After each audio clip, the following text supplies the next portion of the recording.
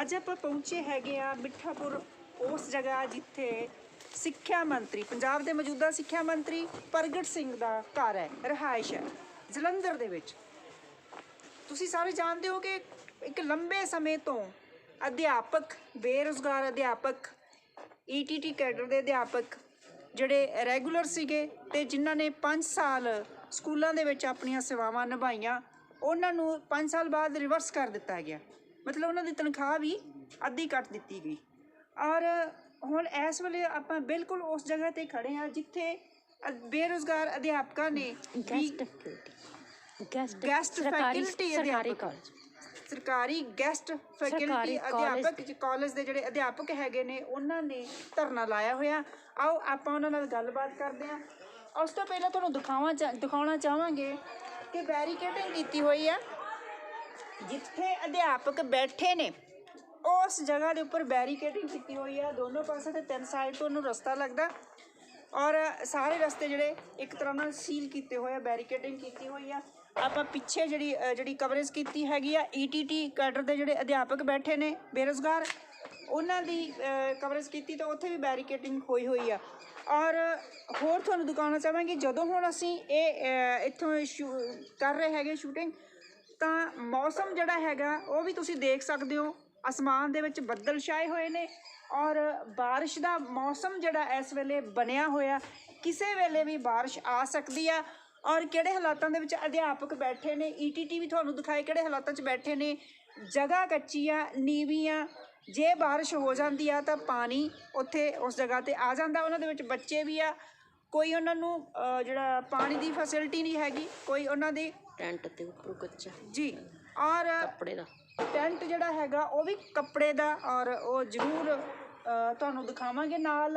ਅੱਗੇ ਹੁਣ ਆਪਾਂ ਬੈਰੀਕੇਟਿੰਗ ਜਿਹੜੀ ਆ ਉਹ ਪਾਰ ਕਰਕੇ ਅੱਗੇ ਆਪਾਂ ਅਧਿਆਪਕਾਂ ਦੇ ਕੋਲ ਜਾ ਕੇ ਉਹਨਾਂ ਦੇ ਹਾਲਾਤ ਜਾਣਦੇ ਹਾਂ। ਇਹ ਤੁਸੀਂ ਦੇਖ ਸਕਦੇ ਹੋ, ਆਪਾਂ ਉੱਧਰੋਂ ਰਸਤਿਓਂ ਆਏ, ਕੋਠੀ ਵਾਲੀ ਸਾਈਡ ਤੋਂ ਬੈਰੀਕੇਟਿੰਗ ਕੀਤੀ ਹੋਈ ਆ, ਇੱਧਰ ਬੈਰੀਕੇਟਿੰਗ ਹੈ ਅਤੇ ਇਸ ਪਾਸੇ ਅਧਿਆਪਕ ਬੈਠੇ ਨੇ। ਅਧਿਆਪਕ ਕਿਹੜੇ ਹਾਲਾਤਾਂ ਦੇ ਵਿੱਚ ਬੈਠੇ ਨੇ, ਬੇਰੁਜ਼ਗਾਰ ਜਿਹੜੇ ਸਰਕਾਰੀ ਕਾਲਜ ਗੈਸਟ ਫੈਕਲਟੀ ਦੇ ਸਹਾਇਕ ਪ੍ਰੋਫੈਸਰ ਐਸੋਸੀਏਸ਼ਨ ਪੰਜਾਬ ਉਹ ਬੈਠੀ ਹੋਈ ਹੈ। ਔਰ ਇਹ ਕੱਪੜੇ ਦਾ ਜਿਹੜਾ ਇੱਥੇ ਟੈਂਟ ਲਾਇਆ ਹੋਇਆ। ਮੌਸਮ ਫਿਰ ਇੱਕ ਵਾਰੀ ਮੈਂ ਕੈਮਰਾਮੈਨ ਨੂੰ ਕਹੂੰਗੀ ਦਿਖਾ ਦੇਵੇ ਮੌਸਮ ਕਿੱਦਾਂ ਦਾ। ਬਾਰਿਸ਼ ਦਾ ਮੌਸਮ ਹੈ, ਅਧਿਆਪਕ ਖੁੱਲ੍ਹੇ 'ਚ ਬੈਠੇ ਹੋਏ ਨੇ। ਆਪਾਂ ਇਹਨਾਂ ਨਾਲ ਗੱਲਬਾਤ ਕਰਦੇ ਹਾਂ, ਇਹਨਾਂ ਦੀ ਕੀ ਮੰਗਾਂ ਨੇ। ਸਤਿ ਸ਼੍ਰੀ ਅਕਾਲ ਮੈਡਮ, ਤੁਸੀਂ ਕਿੰਨਾ ਮੰਗਾਂ ਨੂੰ ਲੈ ਕੇ ਇੱਥੇ ਬੈਠੇ ਹੋ? ਸਿੱਖਿਆ ਮੰਤਰੀ ਜੀ ਦੀ ਕੋਠੀ ਦੇ ਮੂਹਰੇ ਧਰਨਾ ਲਾਇਆ, ਕਿੰਨੇ ਦਿਨਾਂ ਤੋਂ ਬੈਠੇ ਹੋਏ ਹੋ? ਅਸੀਂ ਇੱਥੇ ਅੱਜ ਸਾਨੂੰ ਕਈ ਦਿਨ ਹੋ ਗਏ ਜੀ ਬੈਠਿਆਂ ਨੂੰ, ਅਤੇ ਲਗਾਤਾਰ ਮੌਸਮ ਜਿਹੜਾ ਹੈ ਉਹ ਹੋਰ ਜ਼ਿਆਦਾ ਠੰਡ ਵੱਧ ਰਹੀ ਹੈ। ਅਤੇ ਅਸੀਂ ਪਹਿਲਾਂ ਓਪਨ ਦੇ ਵਿੱਚ ਬੈਠੇ ਸੀ, ਇੱਥੇ ਖੁੱਲ੍ਹੇ ਦੇ ਵਿੱਚ ਨੀਚੇ ਬੈਠੇ ਸੀ। ਅਤੇ ਸਾਡੇ ਜਿਹੜੇ ਹਮਦਰਦ ਸੀਗੇ, ਕਿਸਾਨ ਜਥੇਬੰਦੀਆਂ ਸੀ, ਉਹਨਾਂ ਨੇ ਸਾਡੀ ਹੈਲਪ ਕੀਤੀ ਅਤੇ ਉਹਨਾਂ ਨੇ ਆ ਕੇ ਇੱਥੇ ਪੁਲਿਸ ਪ੍ਰਸ਼ਾਸਨ ਨੂੰ ਅਤੇ ਇੱਥੋਂ ਦਾ ਜਿਹੜਾ ਪ੍ਰਸ਼ਾਸਨਿਕ ਸਾਰਾ ਵਿਭਾਗ ਹੈ ਉਹਨੂੰ ਕਿਹਾ ਕਿ ਵੀ ਇਹ ਬੱਚੇ ਇੱਥੇ ਬੈਠੇ ਨੇ ਆਪਣੀਆਂ ਮੰਗਾਂ ਨੂੰ ਲੈ ਕੇ, ਤਾਂ ਤੁਸੀਂ ਇੰਨੇ ਨਿਰਦਈ ਤਾਂ ਨਾ ਹੋਵੋ। ਇਸ ਲਈ ਸਾਡੀ ਜਿਹੜੀ ਮੰਗ ਹੈਗੀ ਆ, ਸਾਨੂੰ ਸਰਕਾਰੀ ਕਾਲਜਾਂ ਦੇ ਵਿੱਚ ਜਿਹੜਾ ਹੈ ਉਹ ਜਿਹੜੀਆਂ ਨਵੀਆਂ ਭਰਤੀਆਂ ਜਿਹੜੀਆਂ ਨੇ ਕ੍ਰਿਸ਼ਨ ਕੁਮਾਰ ਨੇ ਕੱਢੀਆਂ ਨੇ, ਅਤੇ ਉਹ ਜਿਹੜੀਆਂ ਭਰਤੀਆਂ ਦੀ ਗਿਣਤੀ ਹੈਗੀ ਆ, ਜਿੰਨੀਆਂ ਉਹ ਪੋਸਟਾਂ ਕੱਢ ਰਹੇ ਨੇ, ਉਹ ਸਾਰੀਆਂ ਸਾਡੀਆਂ ਪੋਸਟਾਂ ਦੇ ਬਰਾਬਰ ਹੈ। ਤਾਂ ਸਿੱਧੀ ਜਿਹੀ ਗੱਲ ਹੈ ਕਿ ਸਾਨੂੰ ਰਿਪਲੇਸ ਕਰਨ ਦੀ ਤਿਆਰੀ ਕੀਤੀ ਜਾ ਰਹੀ ਹੈ। ਤਾਂ ਇਸ ਕਰਕੇ ਅਸੀਂ ਆਪਣੀਆਂ ਜਿਹੜੀਆਂ ਹੈਗੀਆਂ ਨੇ, ਸਾਡੇ ਜਿਹੜੇ ਹੱਕ ਨੇ ਉਹਨਾਂ ਨੂੰ ਲੈਣ ਲਈ ਅਸੀਂ ਇੱਥੇ ਬੈਠੇ ਹਾਂ। ਔਰ ਜਿਵੇਂ ਕਿ ਇਹਨਾਂ ਨੇ ਦੱਸਿਆ ਵੀ ਪਹਿਲਾਂ ਇਹਨਾਂ ਦੇ ਕੋਲ ਇਹ ਵੀ ਨਹੀਂ ਸੀ, ਇਹ ਤੁਹਾਡੇ ਕੋਲ ਜਿਹੜਾ ਟੈਂਟ ਲੱਗਾ ਹੋਇਆ ਪਹਿਲਾਂ ਇਹ ਵੀ ਨਹੀਂ ਸੀਗਾ। ਨਹੀਂ ਜੀ, ਇਹ ਕੱਲ੍ਹ ਤੋਂ ਸਾਨੂੰ ਜਿਹੜਾ ਹੈ, ਕੱਲ੍ਹ ਉਹ ਵੀ ਇੱਥੇ ਜਿਹੜੇ ਜਥੇਬੰਦੀਆਂ ਆਈਆਂ ਸੀਗੀਆਂ, ਉਹਨਾਂ ਨੇ ਪੁਲਿਸ ਵਾਲਿਆਂ ਨੂੰ ਕਹਿ ਕੇ ਜ਼ਬਰਦਸਤੀ ਕਿ ਤੁਸੀਂ ਇਹ ਬਹੁਤ ਧੱਕਾ ਕਰ ਰਹੇ ਹੋ, ਤੁਸੀਂ ਇਹਨਾਂ ਨੂੰ ਜੇ ਇਹ ਆਪਣੇ ਹੱਕ ਲੈਣ ਲਈ ਇੱਥੇ ਬੈਠੇ ਨੇ ਤਾਂ ਤੁਸੀਂ ਘੱਟੋ ਘੱਟ ਇੰਨਾ ਤਾਂ ਕਰ ਸਕਦੇ ਹੋ ਕਿ ਇਸ ਸਰਦੀ ਦੇ ਮੌਸਮ ਦੇ ਵਿੱਚ ਘੱਟੋ ਘੱਟ ਇਹ ਤਰਪਾਲ ਤਾਂ ਪਾ ਲੈਣ। ਮੈਡਮ, ਕੀ ਸਮੱਸਿਆ ਤੁਹਾਡੀ? ਔਰ ਤੁਸੀਂ ਮੰਤਰੀ ਜੀ ਦੀ ਕੋਠੀ ਦੇ ਮੂਹਰੇ ਜਿਹੜੇ ਬੈਠੇ ਹੋਏ ਹੋ, ਕਿੰਨੇ ਦਿਨਾਂ ਤੋਂ ਬੈਠੇ ਹੋ? ਮੈਮ, ਅਸੀਂ ਅੱਜ 8ਵਾਂ ਦਿਨ ਹੈ ਜੀ ਸਾਡਾ। ਅਸੀਂ ਇਹੀ ਮੰਗ ਕਰਦੇ ਹਾਂ ਕਿ ਜੋ ਇਹਨਾਂ ਨੇ ਪੋਸਟਾਂ ਕੱਢੀਆਂ ਨੇ, ਵੀ ਉਹ ਪੋਸਟਾਂ ਨੇ ਜਿਹੜੀਆਂ ਉਹ ਪਹਿਲਾਂ ਸਾਨੂੰ ਸੁਰੱਖਿਅਤ ਕੀਤਾ ਜਾਵੇ ਸਾਡੀਆਂ ਪੋਸਟਾਂ ਦੇ ਉੱਤੇ, ਫਿਰ ਤੁਸੀਂ ਨਵੀਂ ਭਰਤੀ ਕੀਤੀ ਜਾਵੇ ਜੀ। ਸੋ ਇਹਨਾਂ ਦੀ ਮੰਗ ਹੈ ਕਿ ਜਿਹੜੀਆਂ ਇਹਨਾਂ ਦੀਆਂ ਪੋਸਟਾਂ ਹੈਗੀਆਂ ਨੇ ਉਹਨਾਂ ਨੂੰ ਸੁਰੱਖਿਅਤ ਕੀਤਾ ਜਾਵੇ, ਫਿਰ ਨਵੀਂ ਭਰਤੀ ਜਿਹੜੀ ਕੀਤੀ ਜਾਵੇ। ਸਰ, ਕੀ ਕਹਿਣਾ ਚਾਹੋਗੇ? ਮੈਮ, ਬੜੀ ਸਿੰਪਲ ਜੀ ਗੱਲ ਹੈ ਜੀ ਕਿ ਪੰਜਾਬ ਦੇ 48 ਸਰਕਾਰੀ ਕਾਲਜਾਂ ਦੇ ਵਿੱਚ ਅਸੀਂ 906 ਦੇ ਕਰੀਬ ਗੈਸਟ ਫੈਕਲਟੀ ਲੈਕਚਰਰ ਕੰਮ ਕਰ ਰਹੇ ਹਾਂ। ਇੱਕ ਸ਼ਬਦ ਹੈ ਮਨੁੱਖਤਾ। ਜੀ ਤੁਸੀਂ ਦੇਖੋ ਕਿ ਸੜਕ ਦੇ ਉੱਪਰ ਘੁੰਮਦਾ ਹੋਇਆ ਕੋਈ ਜਾਨਵਰ, ਕੋਈ ਕੁੱਤਾ ਵੀ ਹੈ ਨਾ, ਉਹਨੂੰ ਵੀ ਅਸੀਂ ਕੁਛ ਨਾ ਕੁਛ ਸ਼ੈਲਟਰ ਦੇਣ ਦੀ ਕੋਸ਼ਿਸ਼ ਕਰਦੇ ਹਾਂ। ਕੋਈ ਉਹਨੂੰ ਦੁੱਧ ਪਿਆਉਂਦਾ, ਕੋਈ ਉਹਨੂੰ ਆਪਣੇ ਘਰ ਦੇ ਵਿੱਚ ਅੰਦਰ ਵਾੜਦਾ। ਅਸੀਂ ਸੜਕਾਂ 'ਤੇ ਸੁੱਤੇ ਆ ਮੈਮ। ਇਹ ਸਿਰਫ ਇਹ ਕੱਲ੍ਹ ਦਾ ਅਸੀਂ ਧੰਨਵਾਦੀ ਹਾਂ ਉਗਰਾਹਾ ਸਾਹਿਬ ਦੇ ਕਿਸਾਨ ਜਥੇਬੰਦੀਆਂ ਦੇ, ਜਿਨ੍ਹਾਂ ਦੇ ਯੋਗਦਾਨ, ਜਿਨ੍ਹਾਂ ਦੇ ਕਰਕੇ ਸਾਨੂੰ ਇਹ ਸਭ ਕੁਛ ਸ਼ੈਲਟਰ ਪ੍ਰੋਵਾਈਡ ਹੋਇਆ। ਅਦਰਵਾਈਜ਼ ਸਾਨੂੰ ਤਾਂ ਇੱਥੇ ਟੈਂਟ ਲਗਾ ਨਹੀਂ ਦਿੱਤੇ ਗਏ ਸੀ। ਅਸੀਂ ਬਾਹਰ ਹੀ ਬੈਠੇ ਹੋਏ ਹਾਂ। ਕਹਿਣ ਨੂੰ ਅਸੀਂ PhD ਹਾਂ, MPhil ਹਾਂ, ਨੈਟ ਕੁਆਲੀਫਾਈਡ ਆ, 15 16 18 ਸਾਲ ਦਾ ਐਕਸਪੀਰੀਅੰਸ ਆ, ਲੇਕਿਨ ਹਾਲਾਤ ਦੇਖੋ। ਔਰ ਹੋ ਕੀ ਰਿਹਾ ਮੈਮ ਇੱਥੇ, ਸਾਡੀ ਤਾਂ ਤੁਸੀਂ ਛੱਡੋ, ਅਸੀਂ ਤਾਂ ਬਹੁਤ ਆਪਣੇ ਆਪ ਨੂੰ ਇਸ ਵੇਲੇ ਇੱਦਾਂ ਸਾਬਿਤ ਕਰ ਰਹੇ ਕਿ ਅਸੀਂ ਇਨਸਾਨ ਹੀ ਨਹੀਂ ਹਾਂ। ਤੁਸੀਂ ਉਹ ਦੇਖੋ ਕਿ ਇੱਥੇ Punjab and Haryana high court ਆ। ਮੈਂ ਇੱਕ ਸਿੰਪਲ ਜੀ ਐਗਜ਼ਾਮਪਲ ਦਿੰਦਾ, ਹਿਸਟਰੀ ਪੜ੍ਹਾਉਣਾ, ਅਤੇ ਹਿਸਟਰੀ ਦੀ ਗੱਲ ਤੁਹਾਨੂੰ ਦੱਸਦਾ ਕਿ 1975 ਦੇ ਵਿੱਚ ਐਮਰਜੈਂਸੀ ਲੱਗੀ। ਉਸ ਸਮੇਂ ਦੇ ਦੌਰਾਨ ਜਦੋਂ ਕੋਰਟ ਨੇ, ਐਮਰਜੈਂਸੀ ਤੋਂ ਪਹਿਲੇ ਜਦੋਂ ਮੈਡਮ ਇੰਦਰਾ ਗਾਂਧੀ ਦੇ ਉੱਪਰ ਕਰਪਸ਼ਨ ਦੇ ਚਾਰਜਿਸ ਲੱਗੇ ਔਰ ਰਾਏ ਬਰੇਲੀ ਤੋਂ ਉਹਨਾਂ ਨੇ ਕਿਹਾ ਜੀ ਕਿ ਤੁਸੀਂ ਕਰਪਸ਼ਨ ਕੀਤੀ ਆ, ਤਾਂ ਇਲਾਹਾਬਾਦ ਹਾਈ ਕੋਰਟ ਨੇ ਪ੍ਰਾਈਮ ਮਿਨਿਸਟਰ ਨੂੰ, ਸਿਟਿੰਗ ਪ੍ਰਾਈਮ ਮਿਨਿਸਟਰ ਨੂੰ ਕੋਰਟ ਦੇ ਵਿੱਚ ਬੁਲਾਇਆ। ਪ੍ਰਾਈਮ ਮਿਨਿਸਟਰ ਕੋਰਟ ਦੇ ਵਿੱਚ ਜਾਂਦੀ ਹੈ ਅਤੇ ਲੋਕ ਖੜੇ ਹੋ ਜਾਂਦੇ ਆ, ਅਤੇ ਉਸ ਵੇਲੇ ਜੱਜ ਸਾਹਿਬ ਕਹਿੰਦੇ ਆ ਕਿ ਬੈਠੋ, ਇਹ ਇੱਥੇ ਕੋਈ ਪ੍ਰਾਈਮ ਮਿਨਿਸਟਰ ਨਹੀਂ ਆਇਆ, ਇਹਨਾਂ ਦੇ ਉੱਪਰ ਚਾਰਜਿਸ ਆ, ਕ੍ਰਿਮੀਨਲ ਚਾਰਜਿਸ ਆ। ਔਰ ਅਸੀਂ ਦੇਖੋ ਕਿ ਇੱਥੇ 906 ਜਿਹੜੀਆਂ ਪੋਸਟਾਂ ਆ, Punjab and Haryana high court ਨੇ ਉਹਨਾਂ ਨੂੰ ਸਟੇ ਕੀਤਾ ਹੋਇਆ। ਸਟੇ ਹੋਣ ਦੇ ਬਾਵਜੂਦ ਉਹਨਾਂ ਨੂੰ ਅਪੁਆਇੰਟਮੈਂਟ ਲੈਟਰਸ ਦਿੱਤੇ ਗਏ ਆ। ਉਸ ਤੋਂ ਬਾਅਦ 20 ਤਰੀਕ ਨੂੰ ਫੇਰ ਹੀਅਰਿੰਗ ਸੀ ਮੈਮ, ਜੱਜ ਸਾਹਿਬ ਨੇ ਸਟੇਟਸ ਕੋ ਕਰ ਦਿੱਤਾ, ਪੂਰਾ ਸੀਲਡ ਕੀਤਾ ਹੋਇਆ ਪ੍ਰੋਸੈਸ। ਉਹਦੇ ਬਾਵਜੂਦ 22 ਔਰ 23 ਤਰੀਕ ਨੂੰ ਪੰਜਾਬ ਦੇ ਡਿਫਰੈਂਟ ਕਾਲਜਿਸ ਦੇ ਵਿੱਚ Punjab and Haryana high court ਦੇ ਆਰਡਰਸ ਨੂੰ ਛਿੱਕੇ 'ਤੇ ਟੰਗ ਕੇ ਕ੍ਰਿਸ਼ਨ ਕੁਮਾਰ ਜੀ ਨੇ ਕੱਲ੍ਹ ਫੇਰ ਜੁਆਇਨਿੰਗਸ ਕਰਵਾਈਆਂ। ਔਰ ਇਹ ਮਜ਼ਾਕ ਨਹੀਂ ਆ, ਇਹਦੇ ਤੁਹਾਨੂੰ ਆਪਾਂ ਪ੍ਰੂਫ ਦੇ ਸਕਦੇ ਹਾਂ, YouTube 'ਤੇ ਵੀਡੀਓਜ਼ ਆ। ਤੁਸੀਂ ਦੱਸੋ ਕਿ ਕਿਸੇ ਬੱਚੇ ਨੂੰ ਅਗਰ ਤੁਸੀਂ ਐਡਮਿਸ਼ਨ ਕਰਵਾਉਣੀ ਆ ਜਾਂ ਕੁਝ ਵੀ ਆ, ਸਾਡੇ ਕਾਲਜਿਸ ਦਾ ਟਾਈਮ ਕ੍ਰਿਸ਼ਨ ਕੁਮਾਰ ਜੀ ਨੇ 9 ਤੋਂ ਲੈ ਕੇ 3:40 ਤੱਕ ਕਰਤਾ। 6:30 ਵਜੇ 7 ਵਜੇ ਕਿਹੜੇ ਆਰਡਰ ਆ, ਕਿਹੜੀ ਡਿਕਟੇਟਰਸ਼ਿਪ ਆ, ਕਿਹੜੀ ਹਿਟਲਰ ਸ਼ਾਹੀ ਆ ਕਿ ਰਾਤ ਨੂੰ ਆ ਕੇ ਉੱਥੇ ਅਸਿਸਟੈਂਟ ਪ੍ਰੋਫੈਸਰਸ ਨੂੰ ਜੁਆਇਨ ਕਰਵਾ ਰਿਹਾ ਜਾ ਰਿਹਾ। ਇਹ ਡਿਕਟੇਟਰਸ਼ਿਪ ਹੈ ਕਿ ਕੋਈ ਪ੍ਰਿੰਸੀਪਲ, ਕੋਈ ਆਫੀਸ਼ੀਏਟਿੰਗ ਪ੍ਰਿੰਸੀਪਲ, ਉਹਨਾਂ ਲੋਕਾਂ ਨੂੰ ਤੁਸੀਂ ਜੁਆਇਨ ਕਰਵਾ ਰਹੇ ਹੋ, ਕੀ ਸਪੈਸ਼ਲਿਟੀ ਆ? ਅਸੀਂ ਜੇ ਕੋਈ RTI 'ਚ ਪੁੱਛਦੇ ਹਾਂ ਤੇ RTI ਇਹ ਦੱਸਦੀ ਆ ਕਿ PPSC ਦੇ ਪ੍ਰੀਵਿਊ ਦੇ ਵਿੱਚੋਂ ਪੋਸਟਾਂ ਨਹੀਂ ਕੱਢੀਆਂ ਗਈਆਂ। ਇੱਕ ਸਿੰਪਲ ਟੈਸਟ ਇੱਕ ਸਰਕਾਰ ਨੇ ਰੱਖਤਾ, ਟੈਸਟ ਤੋਂ ਬਾਅਦ ਤੁਸੀਂ ਭਰਤੀ ਕਰ ਰਹੇ ਹੋ। ਚਲੋ ਕਰ ਰਹੇ ਹਾਂ, ਤੁਸੀਂ ਕਹਿੰਦੇ ਕਿ ਤੁਹਾਡੀ ਆਪਣੀ ਮਰਜ਼ੀ ਆ, ਆਪਣੇ ਰੂਲਸ ਹੋਣਗੇ, ਤੁਸੀਂ ਰੂਲਸ ਨੂੰ ਵਾਇਓਲੇਟ ਕਰ ਰਹੇ ਹੋ ਜਾਂ ਨਹੀਂ ਕਰ ਰਹੇ ਹੋ। ਪਰ ਕੀ Punjab and Haryana high court ਵੀ ਕੁਛ ਨਹੀਂ ਆ? ਜੇ Allahabad high court prime minister Indira Gandhi ਨੂੰ ਬੁਲਾ ਸਕਦਾ, ਉਹਨਾਂ 'ਤੇ ਕਰਪਸ਼ਨ ਦੇ ਚਾਰਜਿਸ ਹੋ ਸਕਦੇ ਆ, ਉਹਨਾਂ ਨੂੰ ਕਿਹਾ ਜਾ ਸਕਦਾ you are not going to conduct your rules and regulation as the prime minister of India. ਅਤੇ ਕੀ ਇੱਥੇ ਇੱਕ ਸੈਕਟਰੀ ਐਜੂਕੇਸ਼ਨ ਮਾਨਯੋਗ ਕ੍ਰਿਸ਼ਨ ਕੁਮਾਰ ਜੀ, ਇੱਥੇ ਜਿਹੜੇ ਆਪਣੇ ਪ੍ਰਗਟ ਸਿੰਘ ਜੀ ਹੈਗੇ ਆ, ਮੈਡਮ ਇਹਨਾਂ ਨੇ ਬੜੇ ਡਿਫੈਂਡਰ ਸੀ ਇੰਡੀਆ ਦੀ ਹਾਕੀ ਟੀਮ ਦੇ ਵਿੱਚ, ਫੁੱਲ ਬੈਕ ਖੇਡਦੇ ਸੀ, ਡਿਫੈਂਡਰ ਸੀ। ਇਹਨਾਂ ਨੇ ਜਰਮਨੀ ਦੇ ਗੋਲ ਰੋਕੇ, ਇਹਨਾਂ ਨੇ ਪਾਕਿਸਤਾਨ ਦੇ ਗੋਲ ਰੋਕੇ, ਇਹਨਾਂ ਨੇ ਬੈਲਜੀਅਮ ਦੇ ਗੋਲ ਰੋਕੇ, ਪਰ ਇਹਨਾਂ ਕੋਲੋਂ ਇਸ ਗੈਸਟ ਫੈਕਲਟੀ, ਇਸ ਮਨੁੱਖਤਾ ਦੇ ਕੀਤੇ ਹੋਏ ਗੋਲ ਨਹੀਂ ਰੁਕਣੇ। ਆਉਣ ਦਿਓ ਤੁਸੀਂ, ਇਲੈਕਸ਼ਨਸ ਆਉਣਗੇ। ਅਸੀਂ ਫਿਲਹਾਲ ਹੱਥ ਜੋੜ ਰਹੇ ਹਾਂ ਮੈਡਮ। ਵੋਟ ਮੇਰੀ ਵੀ ਬਣੀ ਆ, ਵੋਟ ਸਭ ਦੀ ਬਣੀ ਆ। ਪ੍ਰਗਟ ਸਿੰਘ ਜੀ ਕੋਲ ਇੱਕ ਵੋਟ ਆ, ਸਾਡੇ ਸਾਰਿਆਂ ਕੋਲ ਇੱਕ ਵੋਟ ਆ। ਫਿਰ ਹੁਣ ਤਾਂ ਅਸੀਂ ਜਾ ਰਹੇ ਹਾਂ ਇਹਨਾਂ ਕੋਲ ਰਿਕੁਐਸਟ ਕਰਨ, ਫਿਰ ਇਹ ਸਾਡੇ ਘਰ ਆਉਣਗੇ ਵੋਟਾਂ ਮੰਗਣ। ਮੈਡਮ ਉਹ ਤਾਂ ਕੌਨਸਟੀਟਿਊਸ਼ਨ ਨੇ, ਬਾਬਾ ਸਾਹਿਬ ਨੇ ਸਾਨੂੰ ਰਾਈਟ ਦੇ ਦਿੱਤਾ, ਵੋਟ ਤੇ ਅਸੀਂ ਉੱਥੇ ਪਾਣੀ ਆ ਜਿੱਥੇ ਸਾਡਾ ਦਿਲ ਕਰਦਾ। But we are working as assistant professor in different colleges of Punjab. We can make all those peoples properly guide ਕਿ ਤੁਹਾਨੂੰ ਜੇ ਸਾਡਾ ਭਵਿੱਖ ਨਹੀਂ ਨਾ, ਤੇ ਆਉਣ ਵਾਲੀਆਂ ਪੀੜ੍ਹੀਆਂ ਦਾ ਵੀ ਭਵਿੱਖ ਨਹੀਂ ਆ।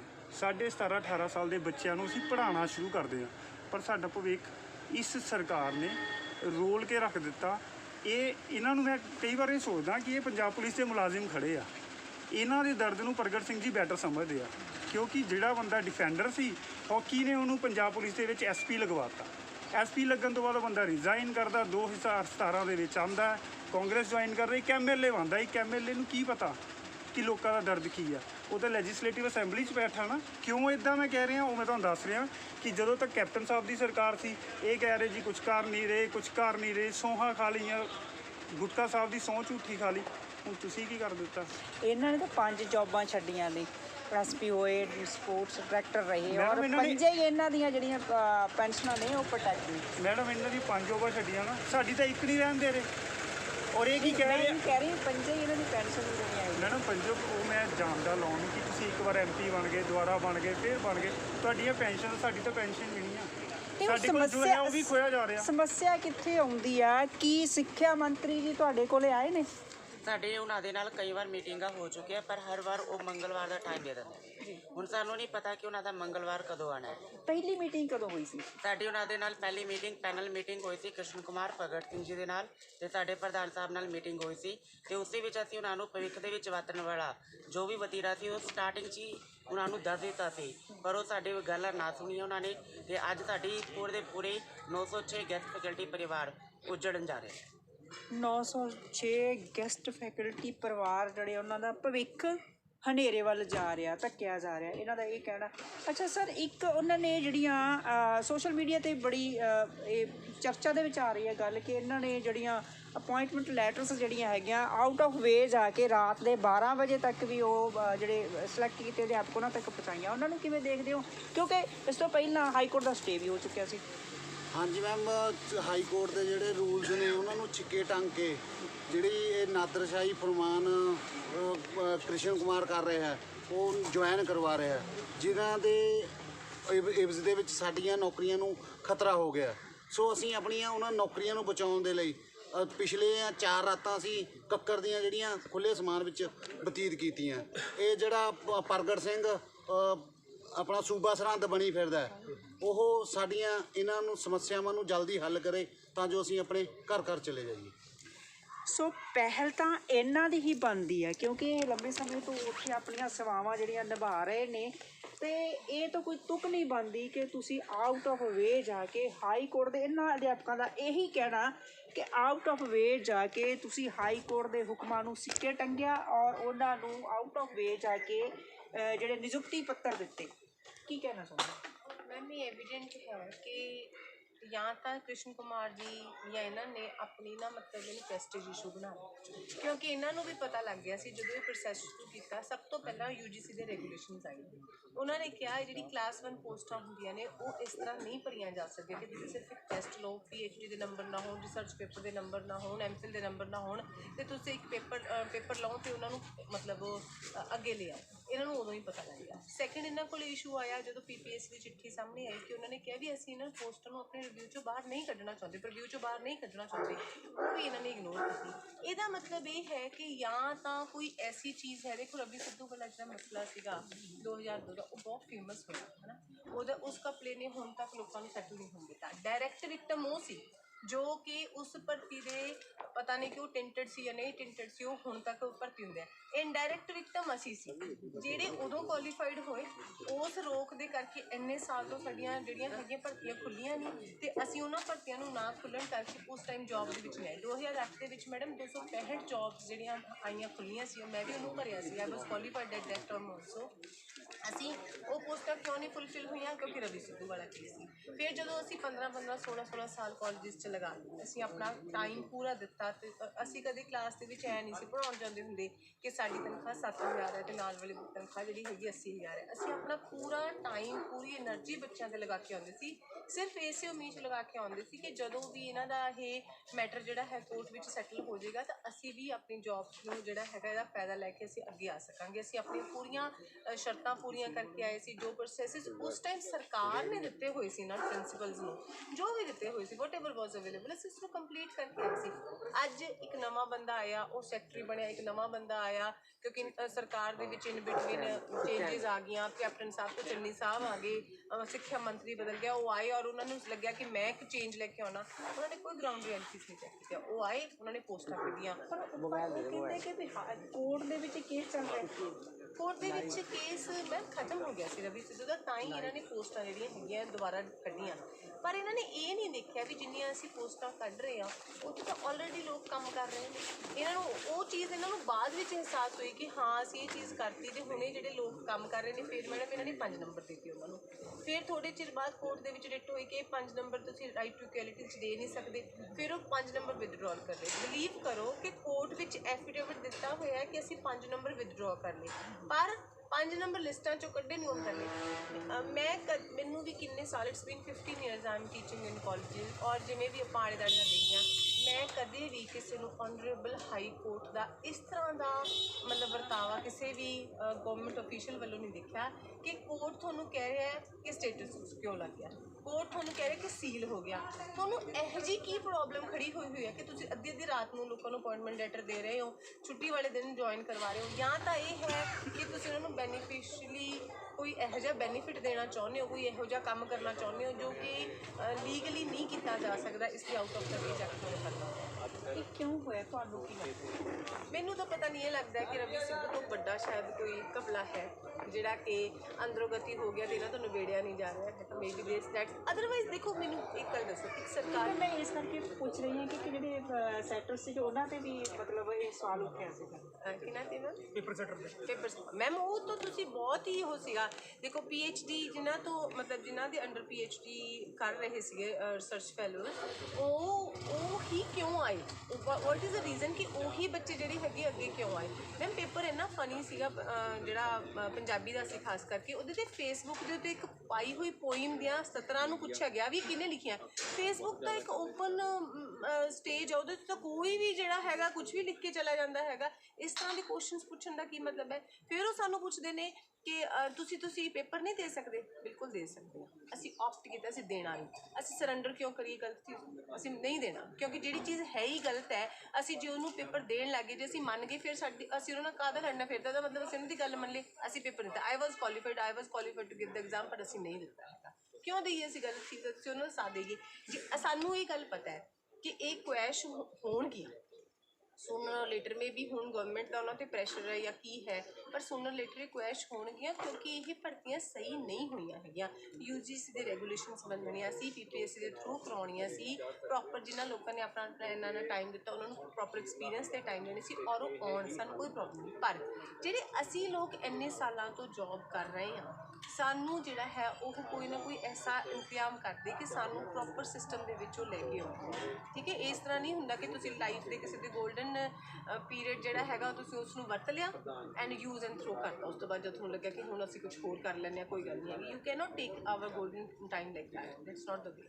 ਬਿਲਕੁਲ ਜੀ, ਜੋ ਇਹਨਾਂ ਦਾ ਰਾਈਟ ਸੀਗਾ ਉਹ ਇਹਨਾਂ ਨੂੰ ਨਹੀਂ ਮਿਲਿਆ। ਔਰ ਪੇਪਰ ਸੈਟਰ ਦੀ ਵੀ ਗੱਲ ਹੋਈ ਆ, ਆਪਾਂ ਇਹਨਾਂ ਨੇ ਕੀਤੀ ਆ, ਇਹਦਾ ਵੀ ਇੱਕ ਮਸਲਾ ਉੱਠਿਆ, ਸਟੇ ਹੋਇਆ ਅਦਾਲਤ ਦੇ ਵੱਲੋਂ, ਹਾਈ ਕੋਰਟ ਦੇ ਵੱਲੋਂ, ਤੇ ਬਾਵਜੂਦ ਆਊਟ ਆਫ ਵੇ ਜਾ ਕੇ ਸੁਣਿਆ ਇਹ ਵੀ ਹੈ ਕਿ ਰਾਤ ਦੇ 12 ਵਜੇ ਦੀ ਅਪੁਆਇੰਟਮੈਂਟ ਲੈਟਰ ਜਿਹੜੇ ਉਹਨਾਂ ਨੂੰ ਦਿੱਤੇ ਜੀ ਦਿੱਤੇ ਗਏ ਨੇ ਮੈਮ, ਡੈਫੀਨੇਟਲੀ ਦਿੱਤੇ ਗਏ ਨੇ। ਸਾਡੇ ਕੋਲ ਇਹਨਾਂ ਗੱਲਾਂ ਦੇ ਸਾਰਿਆਂ ਦੇ ਪ੍ਰੂਫ ਹੋਏ ਨੇ। ਬਕਾਇਦਾ ਜਦ ਜੁਆਇਨਿੰਗ ਹੋਣ ਲੱਗੀ ਸੀ, ਸਾਡੇ ਕਾਡਰ ਦੇ ਬੰਦੇ ਜਿਹੜੇ ਉਹਨਾਂ ਪੋਸਟਾਂ ਦੇ ਉੱਤੇ ਆਲਰੇਡੀ 15 ਤੋਂ 20 ਸਾਲਾਂ ਦੇ ਸਮੇਂ ਤੋਂ ਕੰਮ ਕਰ ਰਹੇ ਨੇ, ਉਹਨਾਂ ਨੇ ਜਾ ਕੇ ਉਹ ਲੀਗਲ ਨੋਟਿਸ ਦਿਖਾ ਕੇ ਪ੍ਰਿੰਸੀਪਲਸ ਨੂੰ ਵੀ ਇਹ ਸੁਚੇਤ ਕਰਨ ਦੀ ਕੋਸ਼ਿਸ਼ ਕੀਤੀ ਹੈ ਕਿ ਮੈਮ ਔਰ respective sir please don't do this. ਇਹ ਚੀਜ਼ ਗਲਤ ਹੈ। Right can never be wrong, can never B right.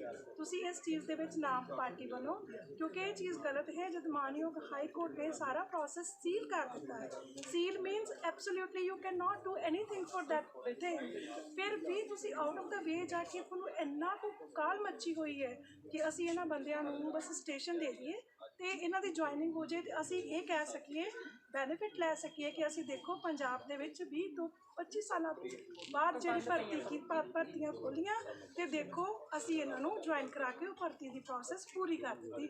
Maybe that is the credit they want to take or they maybe there is another reason ਕਿ ਇਹਨਾਂ ਦੀ ਕੋਈ ਆਪਣੀ ਕੋਈ ਸਾਂਠ-ਗਾਂਠ ਹੈ, ਜਿਹੜੇ ਬੰਦੇ ਇਹਨਾਂ ਦੇ ਕੋਈ ਫੇਵਰੇਟ ਨੇ ਉਹਨਾਂ ਨੂੰ ਲੈ ਕੇ ਆਉਣੇ ਚਾਹੁੰਦੇ ਨੇ।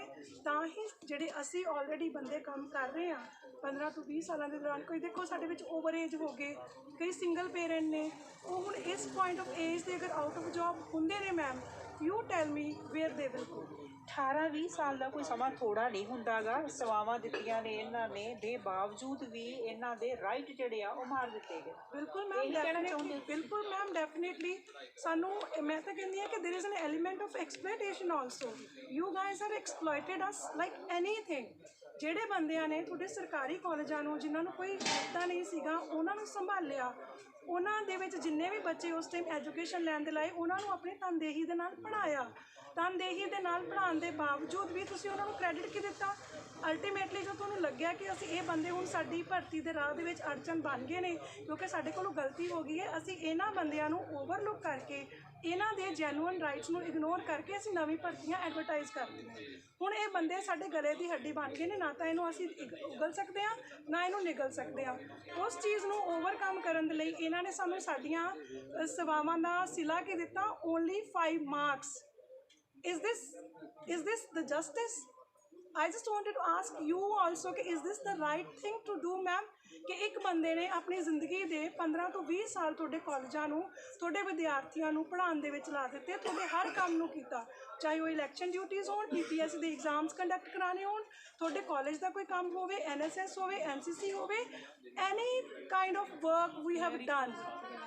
ਉਸ ਤੋਂ ਬਾਅਦ ਤੁਸੀਂ ਸਾਨੂੰ ਸਿਲਾ ਕੇ ਦਿੰਦੇ ਹੋ 5 ਨੰਬਰ, ਔਰ ਉਸ ਤੋਂ ਬਾਅਦ ਤੁਸੀਂ ਕੀ ਕਰਦੇ ਹੋ? 5 ਨੰਬਰ ਲੈ ਲੈਂਦੇ, ਵਾਪਸ ਲੈ ਲਏ। ਅਨਦਰ ਥਿੰਗ, ਸਾਨੂੰ ਮੈਟਰਨਿਟੀ ਲੀਵ ਲੇਡੀਜ਼ ਦਾ ਇੱਕ ਜੈਨੂਅਨ ਔਰ ਜਿਹੜਾ ਹੈ ਰਾਈਟ ਹੁੰਦਾ ਹੈ ਕਿ ਫੀਮੇਲ ਸਟਾਫ ਨੂੰ ਮੈਟਰਨਿਟੀ ਦਿੱਤੀ ਜਾਂਦੀ ਹੈ ਵਿਦ ਪੇ। ਇਹਨਾਂ ਨੇ ਤਾਂ ਇੰਨੀ ਕਮਾਲ ਕਰ ਦਿੱਤੀ ਕਿ ਉਹ ਮੈਟਰਨਿਟੀ ਦੀ ਲੈਟਰ ਵੀ ਲੇਡੀਜ਼ ਤੋਂ ਵਾਪਸ ਲੈ ਲਈ। ਹੁਣ ਇਸ ਤੋਂ ਵੱਡਾ ਅਨਮਨੁੱਖੀ ਵਰਤਾਰਾ ਜਿਹੜਾ ਉਹ ਕਿਸੇ ਬੰਦੇ ਦਾ ਕੀ ਹੋ ਸਕਦਾ ਹੈ?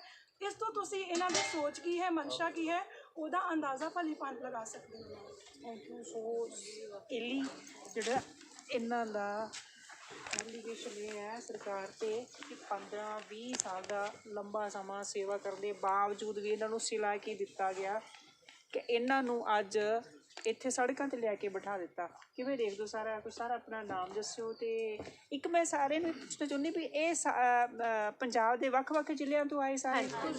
ਠੀਕ ਹੈ ਜੀ। ਸਟੂਡੈਂਟ ਵੀ ਮੈਡਮ ਨਾਲ ਪਹੁੰਚੇ ਹੋਏ ਆ ਜੀ, ਵਿਦਿਆਰਥੀ ਜੀ। ਹਾਂਜੀ। ਮੇਰਾ ਨਾਮ ਹਰਮਿੰਦਰ ਸਿੰਘ ਹੈ, ਮੈਂ ਐਸੋਸੀਏਸ਼ਨ ਦਾ ਪ੍ਰੈਜ਼ੀਡੈਂਟ ਹਾਂ। ਅਤੇ ਅਸੀਂ ਐਸੋਸੀਏਸ਼ਨ ਦਾ ਨਾਮ ਵੀ ਦਿਓ। ਗੌਰਮੈਂਟ ਕਾਲਜ ਗੈਸਟ ਫੈਕਲਟੀ ਸਹਾਇਕ ਪ੍ਰੋਫੈਸਰ ਐਸੋਸੀਏਸ਼ਨ ਪੰਜਾਬ। ਅਸੀਂ ਪਿਛਲੇ 18 ਤੋਂ 20 ਸਾਲਾਂ ਤੋਂ ਇਹਦੇ 'ਚ 48 ਗੌਰਮੈਂਟ ਦੇ ਕਾਲਜ ਨੇ, ਉਹਨਾਂ 'ਚ ਵੱਖ-ਵੱਖ ਸੇਵਾਵਾਂ ਦੇ ਰਹੇ ਹਾਂ। ਜਦੋਂ ਅਸੀਂ ਗੌਰਮੈਂਟ ਨੇ ਸਾਨੂੰ ਰੱਖਿਆ ਸੀਗਾ, ਪ੍ਰੋਪਰ ਚੈਨਲ ਰੱਖਿਆ ਹੋਇਆ, ਹੁਣ ਜੋ ਮਰਜ਼ੀ ਸਰਕਾਰ ਆਪਣੀ ਗਲਤੀ ਨੂੰ ਨਾ ਮੰਨਦੇ ਹੋਏ ਸਾਡੇ 'ਤੇ ਲਾਉਂਦੀ ਹੋਵੇ, ਅਸੀਂ ਇਹਨੂੰ ਬੈਕਡੋਰ ਐਂਟਰੀ ਮੰਨਦੇ ਹਾਂ ਜਾਂ ਕਿਵੇਂ ਵੀ, ਅਸੀਂ ਉਹ ਸਾਰਾ ਪ੍ਰੋਸੈਸ ਪੂਰਾ ਕਰਕੇ ਇਸ ਕਾਲਜਾਂ 'ਚ ਸੇਵਾ ਕਰ ਰਹੇ ਹਾਂ।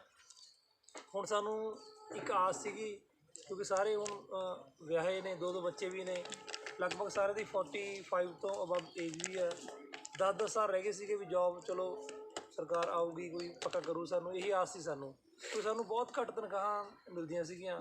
ਅਸੀਂ ਜਦੋਂ ਸ਼ੁਰੂ ਕੀਤਾ ਸੀ ਆਪਦੀ ਜ਼ਿੰਦਗੀ ਦਾ ਜੋਬ ਦਾ ਸਫ਼ਰ, ਤਾਂ ਸਾਨੂੰ 3500 ਰੁਪਇਆ ਮਿਲਦਾ ਸੀਗਾ, ਅਤੇ 3500 ਰੁਪਏ ਸਾਨੂੰ ਲੱਗਦਾ ਸੀ ਵੀ ਚਲੋ ਗੁਜ਼ਾਰੇ ਲਈ ਠੀਕ ਆ ਆਪਦੇ। ਫਿਰ 3500 7000 ਹੋਇਆ, 175 ਰੁਪਏ ਘੰਟਾ। ਜਿਸ ਦਿਨ ਕਦੇ ਮੀਂਹ ਕਣੀ ਪੈ ਜਾਣੀ ਜਾਂ ਸਟ੍ਰਾਈਕ ਹੋ ਜਾਣੀ, ਸਾਨੂੰ ਗੇਟ 'ਤੇ ਹੀ ਮੋੜ ਦਿੰਦੇ ਸੀ ਵੀ ਅੱਜ ਤੁਹਾਡੀ ਜ਼ਰੂਰਤ ਨਹੀਂ ਹੈਗੀ ਕਿਉਂਕਿ ਬੱਚੇ ਨਹੀਂ ਕਲਾਸਾਂ ਲੱਗਣਗੀਆਂ, ਤਾਂ ਤੁਹਾਨੂੰ ਛੁੱਟੀਆਂ ਜਦੋਂ ਵੀ ਦਸੰਬਰ ਦੀਆਂ ਹੋਣੀਆਂ, ਜਿਵੇਂ ਹੁਣ ਸਭਾ ਛੁੱਟੀਆਂ ਨੇ, ਸਾਨੂੰ ਇਹ ਮਹੀਨਾ ਵਿਹਲੇ ਕਰ ਦਿੰਦੇ। ਜਦੋਂ ਫਰਵਰੀ 'ਚ ਹੁੰਦੇ ਉਦੋਂ ਵਿਹਲੇ ਕਰ ਦਿੰਦੇ। ਮਤਲਬ ਅਸੀਂ 7 ਮਹੀਨੇ ਜੋਬ ਕਰਦੇ ਸਾਰੇ ਸਾਲ 'ਚ, ਕੰਮ ਸਾਤੋਂ ਸਾਰ ਲੈਂਦੇ ਸੀ ਇਹ। ਪੇਪਰ ਚੈੱਕ ਵੀ ਕਰਨੇ, ਪੇਪਰ ਬਣਾਉਣੇ ਵੀ, ਡਿਊਟੀਆਂ ਵੀ ਸਾਰੀਆਂ ਕਰਨੀਆਂ, ਉਹਦੇ ਬਾਅਦ ਪੇ ਨਹੀਂ ਕਰਦੇ ਸੀਗੇ। ਚਲੋ ਇੱਕ ਆਸ ਸੀ ਕਿ ਵੀ ਗੌਰਮੈਂਟ ਕਦੇ ਵੀ ਸਾਨੂੰ ਸਾਡੇ ਬਾਰੇ ਸੋਚੂਗੀ। ਅਸੀਂ ਇਹ ਆਸ ਬਹੁਤ ਘੱਟ ਪੈਸਿਆਂ 'ਚ ਕੰਮ ਚਲਾਉਂਦੇ ਰਹੇ ਹਾਂ, ਆਪਦਾ ਪਰਿਵਾਰ ਪਾਲਦੇ ਰਹੇ ਹਾਂ। ਹੁਣ ਗੌਰਮੈਂਟ ਨੂੰ ਚਾਹੀਦਾ ਸੀਗਾ ਵੀ ਪੋਸਟਾਂ ਕੱਢੀਆਂ ਨੇ, ਉਸ ਤੋਂ ਪਹਿਲਾਂ ਪੋਸਟਾਂ ਕੱਢੀਆਂ ਨਹੀਂ ਹੈਗੀਆਂ। ਸਾਨੂੰ ਐਸੇ ਜਦੋਂ ਪੋਸਟਾਂ ਕੱਢੂ ਸਾਨੂੰ ਸਰਕਾਰ ਸਾਡੇ ਬਾਰੇ ਜ਼ਰੂਰ ਸੋਚੂਗੀ, ਕਿਉਂਕਿ ਅਸੀਂ ਉਹ ਟਾਈਮ ਕਾਲਜਾਂ ਦਾ ਕੰਮ ਚਲਾਇਆ ਜਦੋਂ ਸਰਕਾਰੀ ਕਾਲਜਾਂ 'ਚ ਕੋਈ ਝਾਕਦਾ ਵੀ ਨਹੀਂ ਸੀਗਾ।